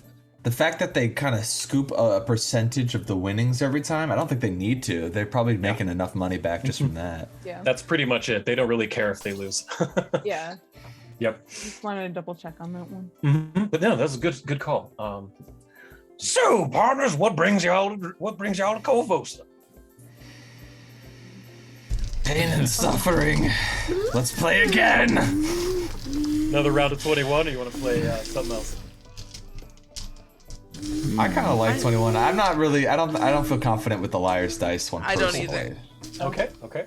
So then, who else Would have plays? been a good one down below. I'll Yeah. do one Here, more. no. Okay, not Demirius, I assume. No, like I said, like I didn't know what this whole gambling thing was about. I gave it a try. Like, yeah, it feels nice to win, but not really my thing. So I'm just gonna take what I put in, keep it for myself, then take Perfect. what I had won and find the temple of Serenade in town and donate the rest. Well, partner, that's mighty charitable of you. Yeah. Speaking of interesting people, how are you? Where are you from? Oh, well, I'm from just on the outskirts of Druma. Y'all ever heard of it? Oh yeah, that's what I'm queen of. Oh man. And he kind of, and his eyes kind of widen a little bit as you say this. He said, Queen of Druma. What in tarnation? Never knew. Well, as you know, there's dales and hills all around the Druma, and you know everybody needs some art. So I decided to open up an amphitheater. It was a big bowl. It's a dome. So decided to name it after my hometown, the Druma Dome. We've actually even had Tulip Wellington perform there a couple of times. Does that hat just keep getting bigger? Well, it does that. I think it might be cursed. Won it off somebody a couple of years ago in a game of liar's dice. Yeah, it just keeps growing. Y'all up here to see the games of knivesies, or you just here to play cards? What'd you just say? Hey, come with me. Games of what? Game of knivesies? Oh, Knives. y'all ain't heard of that? Well, it's a Knivesies? Korvosan staple. I do a society roll. yes, now you can do another one. Now that he's said what it is. So if anyone who wants to can throw a society check in the dice tower. Sure. Okay. Maybe we read about it. Zavid, actually, you know exactly what he's talking about when he says that. The rest of you have oddly no. Danny, you may have read about it once passingly in a book that someone mentioned the word knivesies, but it doesn't really ring many bells. But Zavid, oddly, is the one who knows what this is. It's a blood sport that is played in like less savory places. What it is two people will get up onto a table and there's a pile of coins. And each person has a coin purse attached to their belt, and they have their right hands bound together like this with a rope. And then a knife is stuck into the table in the center. The point is to either scoop up all of the coins into your coin purse, or knock the other person off the table, or if you die, you lose as well. If you get knocked off the table, you lose. If you knock a coin off the table, you lose. But it's ways to bet. So you can, people will come and spectate and throw coins on the table to make it harder. But it's a blood sport. You want to try it, Zavid? Let's finish these games first. Okay. Also, I need to check my abilities if I could even do well in something like that. It basically requires like either athletics, acrobatics, and or just melee attacks are the main things. So what But you can also get kind of clever. You know what? I might end up doing that, actually. Nice. But let's play our final hand of 21. So everyone except Demirius is playing this one? Yeah. Rad. Okay, so there's 125 gold showing on the table. So everyone go ahead and roll your 2d10. Okay, so that's for the dealer. This is for Dale. That's that much. Okay. So dealer's gonna say, dealer raises, and he'll raise it, throw another 5 gold in the pot, and roll again. Okay. Danny, what do you raise or call? Call. Okay. Zavid? Raise and roll. All right. All right, I did roll, by the way. Oh, you did? Oh, okay. Yeah. All right, and then Dale is also going to roll again. Staying. Okay, and Reese? Staying. Staying. All right. Dealer will raise. And so that's that much. Okay, Danny? Let's raise and roll. Okay. Zavid. I'm gonna raise and roll. And if I run out of gold, that's fine. I'll go all in if I have to. Sure thing. Dale is also going to raise and roll. Okay. All right. And then Teeth is going to say, Dealer will raise. Okay. Danny, raise or stay? Stay. Okay. Zavid? Roll. Okay. Dale. Oh, fucking God. Dale is going to say, I also like to live dangerously. Yeehaw! He raises. I didn't think this was possible, but I need to find another D10. Oh my God. And then Reese, are you staying or raising? Jeez. Oh, You're staying? yeah. You're like, Okay. Teeth is staying. Danny, you stayed, right? Okay, Zavid? I'm looking at what I have. I'm just gonna kind of give everyone a peek under the hood here. I've got a 2, a 3, a 3, a 4, and a 5, together making 17. Very low numbers. I could stay here. That would be the conservative thing to do, but I've already gone all in, and this is our last game.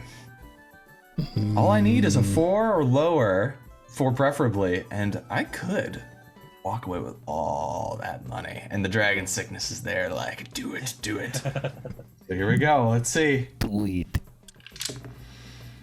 I got a 2. That puts me at 19. ooh. Wow. Okay. I think with this, yeah. Zavid will stay. And Dale is also going to stay. So Reese also stayed. So that's... So in the middle of the pot is 180 gold at the ready. So everyone reveal. Dealer has 20. Danny? I bust at 24. David? Oh my. I look at my 19, I'm like, oh, I should have played some more. And Dale shows, oh, I only got 19. Reese, can you beat 20? 18? House wins. And Teeth just goes, pulls the 180 gold toward him. Are you okay, Zavid? Zavid gets up from the table and he like kind of walks away and he feels liberated. Like, I'm all right. Hey, let's play some knivesies. Yes! I Nice. want to do something just for fun. Yeah, what? I walk over to definitely not Doug Dimmadome. Dale Drumadome, thank you. Dale Druidome. I put an arm on his shoulder. I'm like, play a good game, and I'm gonna try to just like steal from him. Yeah, great. That would be a stealth check, I think. Let me do, or no, thievery. That would Yeah, be you got thievery. Yes, so give me a thievery I also check. have subtle theft. So when I successfully steal something, observers and creatures other than I stole from take -2 circumstance penalty to their perception DCs. To detect theft. Additionally, if you first create a diversion using deception, using a single palm object or steal action doesn't end your undetected condition. All right. I have a quick question. Sure. Can I check and see if I notice Reese doing this? Yeah, give me perception in the tower. Anyone who wants to see if they see Reese doing this. And then Reese, what did you say? You have to use deception? Or is it thievery? It's trained in thievery, so Yeah, okay. So yeah, just use thievery in the tower, please. what And you happens. said I get a -2 to my... Oh, so I guess you would also get a -2 to that, Danny. So I will take that Yeah. into account. Danny, you absolutely see Reese reaching into Dale Drumadome's coat. 100%. You no doubt see it. Now let's see if Dale sees it. I'm going to give her a Okay. guide or give them a guidance, sorry. Okay. Dale is beginning to shake your hand. Oh, great game, partner. Always look great to meet a fellow gambler. Yeah, well, let's go there and get onto this game of knives. I always love seeing him. He takes up a chair next to the table. And so let's see here. You managed to yank a coin purse out of his pocket. And let's see here. Inside, you find 9 platinum pieces, 10 gold pieces, and 112 copper pieces. Cool. I'm just gonna shove that like right into my coat. All right. It's Or silver, not copper. That's like- Sorry, silver. oh, I was gonna say that's 112 gold essentially. Well, a lot more than that. The 9 Other than that, I platinum got is 9 like 90. plat. Well, yeah, 90, and then Oh, and then- 10 gold is 100 yeah, gold 100, essentially. Yes, yeah. yes, and then 100. Yeah, so like 111, I guess, roughly gold, is what you lifted off of him. Just this one little coin purse. Like, you get the feeling he has a lot more money than that. Either not necessarily on him, but just in general. But yeah, that's what you get: 9 platinum, 10 gold, 110 silver off of Dale there. So who's going to be playing Knivesies? I'm curious. What feats work, or what works good with those? Athletics, acrobatics, and just attacking. So, do we just fight each other then? Or someone else. Yeah, do they have a would get- champion or Yeah, something? they- I want to they- go up they I against. don't want to like start stabbing my friends. Let me see. like, Yeah. Let me see. I'll stab you, Demarius. It's okay.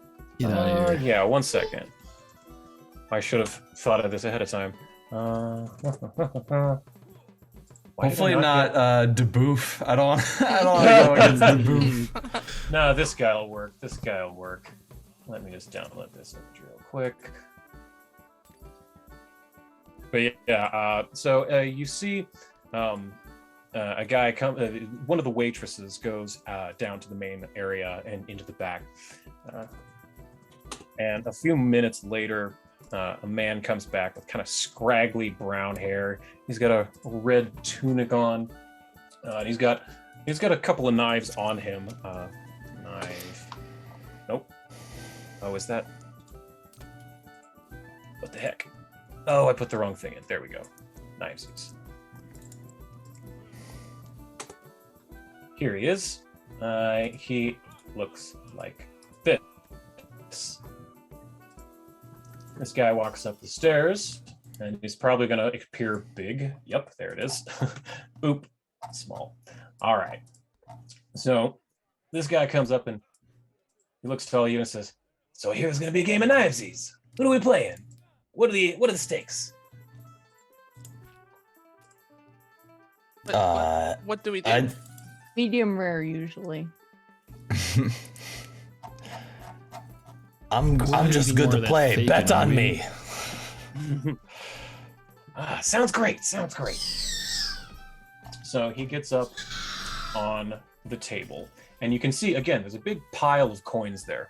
And it's only 1 versus 1, Danny. So it's just one at a time. Okay. I didn't Yeah, know sorry. that. I don't know if you said that or anything, but yeah, it's just one at a time. So again, there's a big pile of these copper coins, and I don't have the people to kind of populate it, but there are a bunch of more spectators now. The people at the other gambling tables have kind of stopped what they're doing. They're watching all of this. They're getting their money out. They're getting ready. They start flipping more coins onto the table. They're doing little ones at first, a couple of copper pieces, a couple silver pieces, but they're starting to build up. So you get up on here, and again, your right hands are tied together, Zavid, you and this champion of knivesies, and a dagger is stuck down into the table, into the wood. Do you actually? I think you have a dagger, don't you? Oh, I have. No. Yeah, I've got a I bunch of definitely weapons. do. So let me at least. Yeah, you have the dagger of eternal sleep, whatever that is. I don't remember that.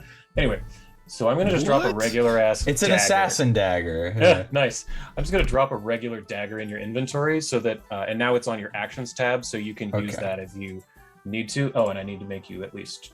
You are trained. Let's call it. No, dex. God, dex. There we go. Okay, so you have that just in case you need it.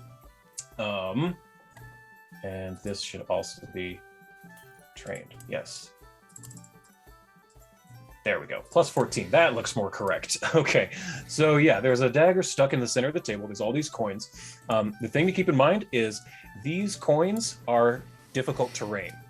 If you don't treat them as difficult terrain, you will knock coins off and basically lose immediately. The goal is to not knock off coins, but you want to gain as many and put them in your bag as you can. So so basically you have a choice to make right when it starts. Your choice is to either lunge for the dagger or start collecting coins. Okay. That's basically your choice. Your choices when they start. So, Teeth, the dealer from earlier, he says, "All right, you gentlemen ready?" I have one question before we start. Of course. Actually, two. How do we collect the coins? Like, do we have like a sack essentially? Yes, there's a big sack on your waist, like on your belt. Sweet. Yeah, cool. Big open sack. So one question, are we allowed to, whatever's something we're able to do is okay? Or are there rules like no magic, no outside items? Like, what's the limits here? Magic is usually frowned upon. Okay. All right. That's all. That's all I wanted to know. Very well. On your marks, get set. And he does a whistle. So what are you? Let's roll an initiative, actually. So just Zavid. Sweep the legs. Sweep the leg, Johnny. You got a 27, which is significantly higher than this guy got. So you get to go first. You get to choose basically whether you want to jump for that knife or start collecting coins. Because remember, you kind of only do one at a time. Your right hand is tied to his. You know, normally you'd be right. But you know what I have that he doesn't? A feat called Clever Shadow. I can perform simple interact actions with my shadow, such as opening an unlocked door. I cannot hold items, so I can't collect coins with this, but I can dislodge that knife and throw it off the table. Yes, you can. So I'm going to just sort of like try, and I have Ant Hall active. I know they said frown upon magic, but this was cast well beforehand and just sort of last the day. So I'm going to use the extra bulk that this gives me to lock him in place so he can't like do what he wants to do. And then with one of my actions, I'm going to use my shadow to dislodge the knife and get it off the table. I love that. Okay, so yeah, you said you're gonna try and like stop him, like basically whatever he's aiming to do. This guy, I take one look at him, I'm like, he's killed people doing this game before, for sure. Oh, for sure. I want to take that option away and make it more about who can outskill the other. I get that. Okay, so roll. Is there a roll for that? No, it's just grabbing a knife. I don't see why you couldn't do that. Yeah, absolutely. It says as long as there isn't a roll, the shadow can do it. If it requires a roll, then I couldn't. Sure, yeah, I'm okay with that. So you're able to snag that and fling it behind you within a flash of that whistle, and he seems really shocked by that and confused. But you have like an action left to grapple or whatever you want. Yeah, I guess. Can I? Yeah, I'll just grapple. I want to lock him in place so that he can't move around. You two'd probably be a little closer, like there. So sure, roll me an athletics check, public. Okay. And this is versus his fortitude DC. That was a critical success, actually, or not a critical. It was a regular success. His DC was 15, so you managed to hold him in place with your left hand as your shadow grabs the dagger and flings it behind you, well off the table. Since you didn't move, there's no coins. That is the DC 15 or 25? You mean 25? That's what I meant. Yeah. Okay. Because his bonus is 15, so the DC. Gotcha. 15. Yeah. So you do it. You manage to lock him down in place. That makes it his turn. So seeing that you're doing that, he's very surprised because you're this bimbly little Gumby pudding man, and he's kind of a champion of knivesies. So what he's going to do is he's going to try to escape from your grapple, which would be an acrobatics check, which is not. Or no, it's an athletics check. So he's going to. And what is your? So you rolled a 29, so I have to beat that. He critically fails because he rolled a 19 on his athletics to try and dislodge you. So he's very concerned at that now. So he's going to attempt to move you. He's going to walk himself this way towards here. 5, 10, 15, 20, 25. 25 to there, which you can try to stop by rolling another athletics check to try and... Or no, I guess that you would just be forced to move because you're holding him, but he walks himself. And that's going to be the end of his turn. You can do something. Yeah, I'll let him move me. On my turn, since I still have control over this guy, I would like to use my actions to start scooping up coins. Basically, I'm kind of using one arm sort of to kind of like grip onto this guy, and then quickly using my extra long fetchling arm to start scooping coins up. However much I can do with 3 actions. 3 actions worth of coin scooping. Okay, so I'm gonna say this many. So, ooh, that was a lot. So you're able to scoop up quite a few of these coins, big fistfuls, because you got these long fingers. You can really scoop and get in there. So you got this is the first time the dragon sickness is helpful. Don't miss a coin. Don't miss a coin. Absolutely. So, and you did not move, so you did not knock any coins off. So it's back to him. He's going to again attempt to break that grapple. What was my bonus? It was that much. He just is able to, just barely capable of breaking your grapple. So he is able to pull away from you, and he's going to try to shove you. So what is your fortitude bonus or DC? Fortitude is plus 14, so I think 24. So it's a 24. So it's a success, but not a critical success. You are shoved 5 feet. Give me a reflex save to see if you knock coins off, since that was a forced movement. Okay, reflex. Yep. Oh, you're fine. You didn't knock any off. You catch your balance and you don't fall off the table, but you are right on the edge of it. So it's back to you. And with his third action, he's going to scoop up a couple of coins, but he only has 1 action to do so. So he manages to get like a decent handful, but not near as many as you did. So your turn.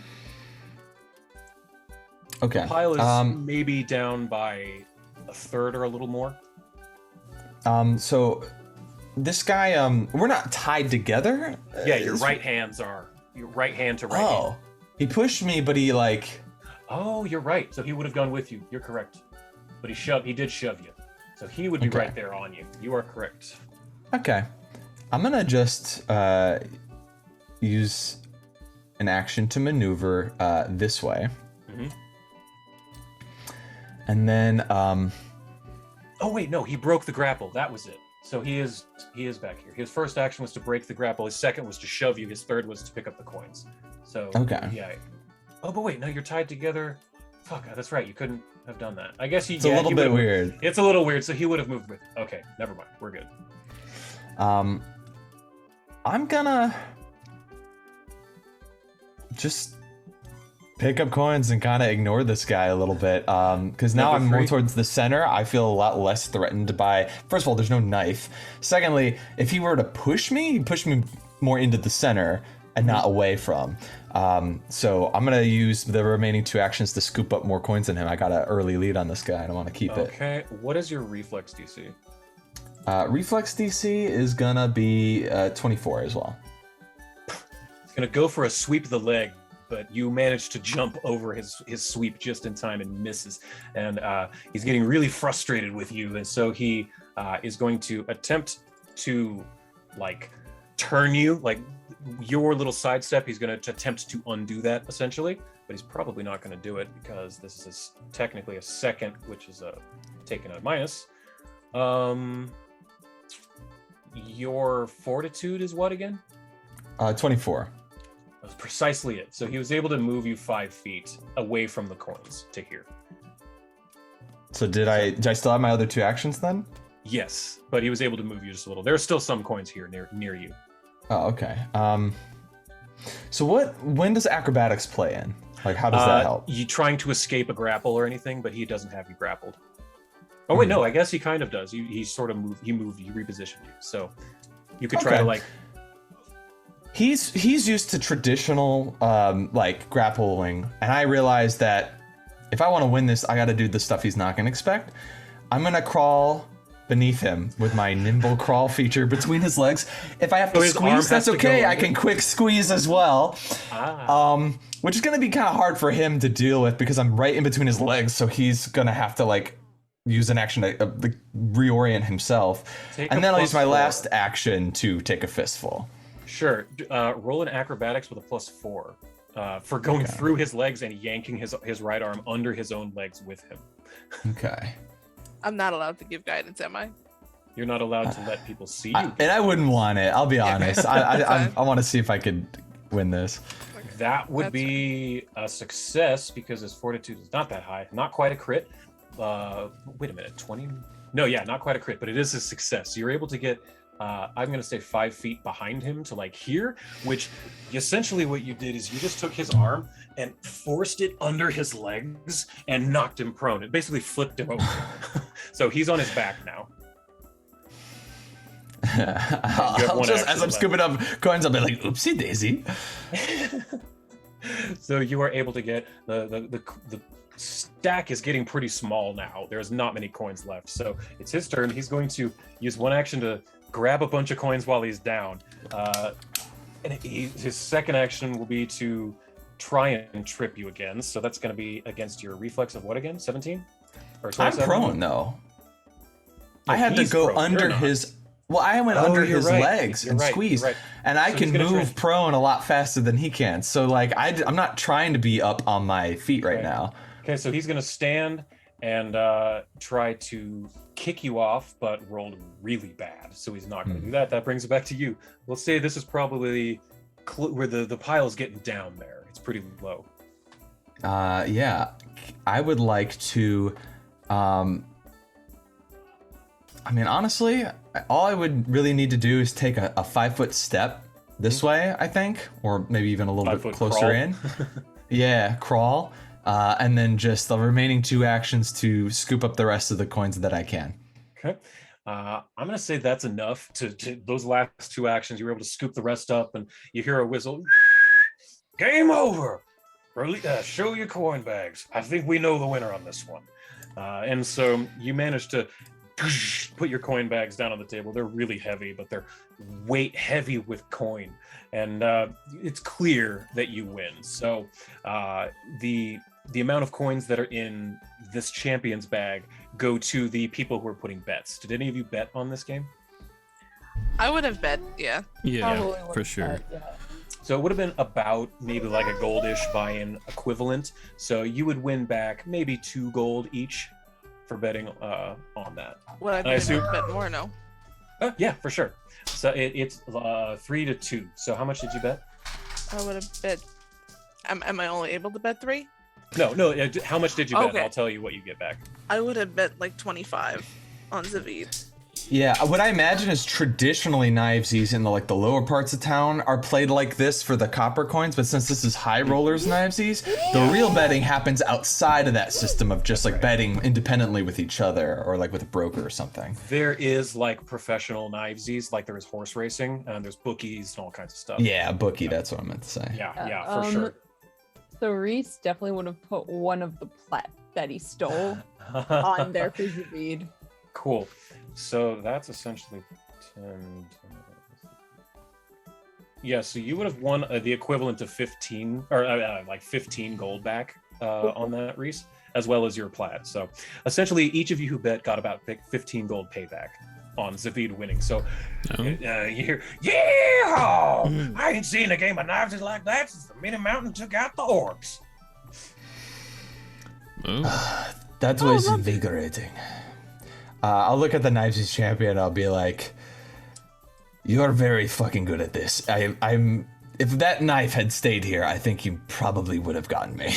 He said, "I'm amazed at your skills. You could really go pro here. You should consider joining up with the leagues.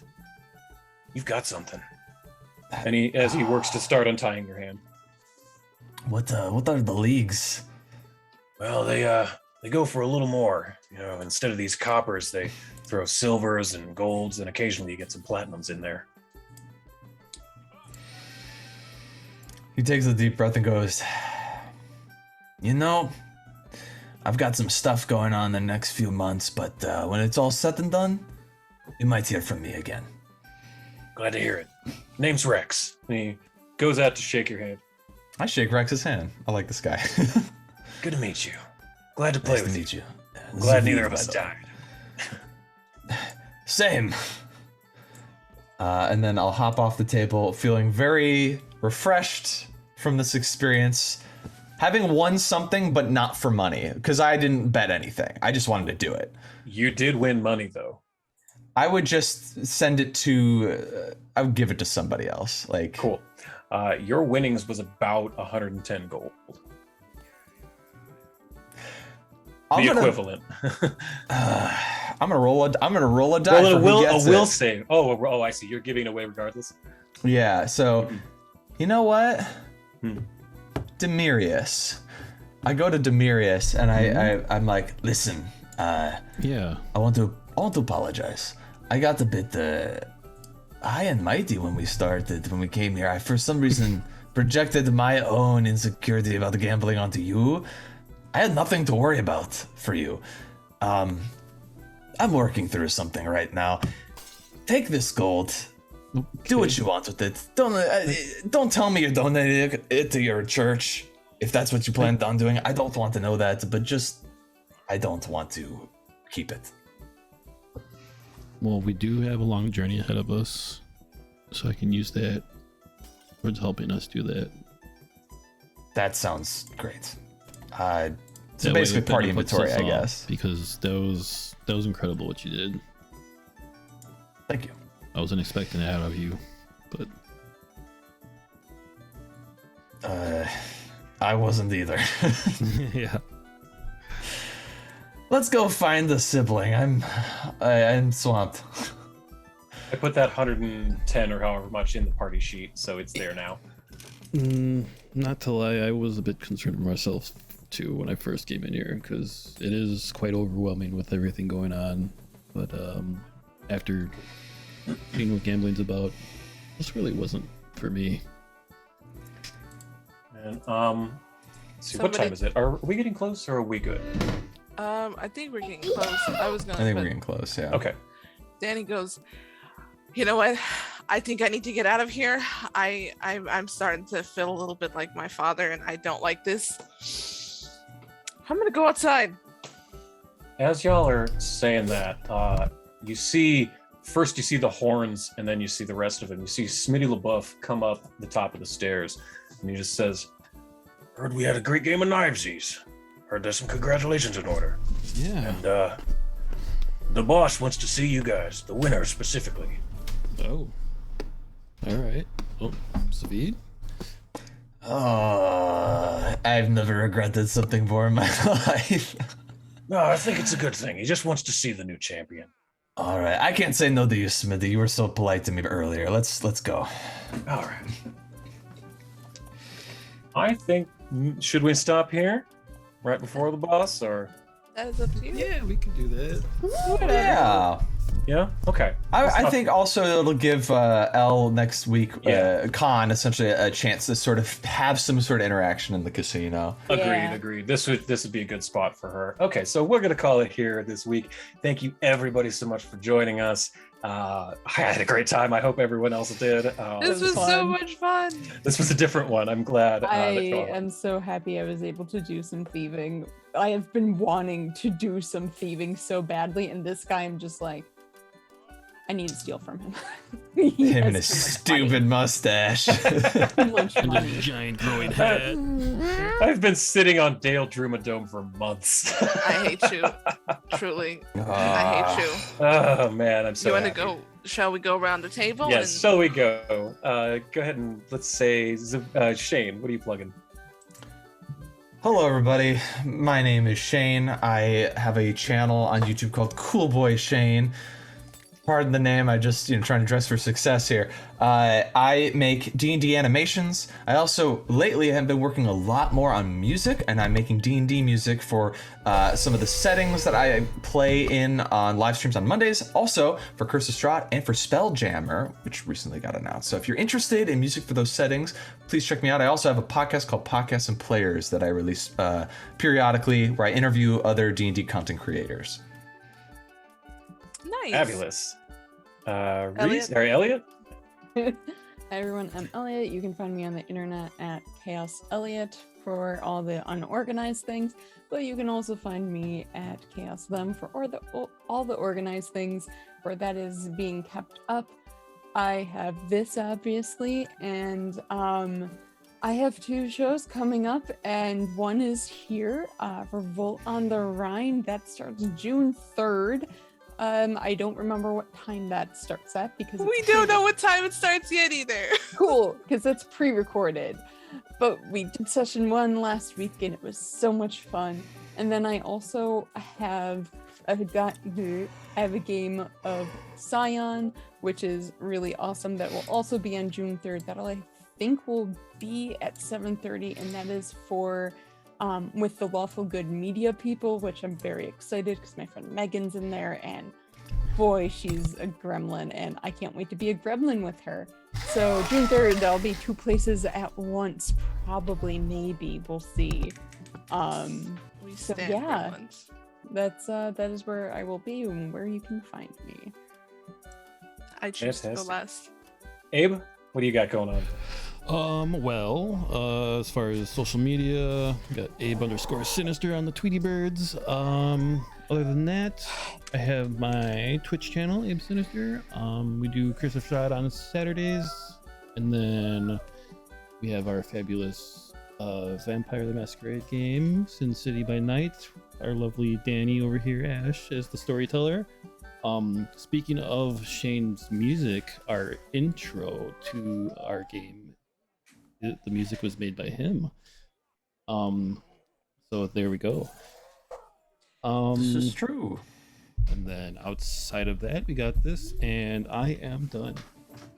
All right. I got nothing other than this show, so please tune in next week. Or I think we're maybe next week, maybe not, but definitely come back. We'd love to have you. And go ahead, Danny or Ash. I'm so bad today. I'm burnt. I'm done.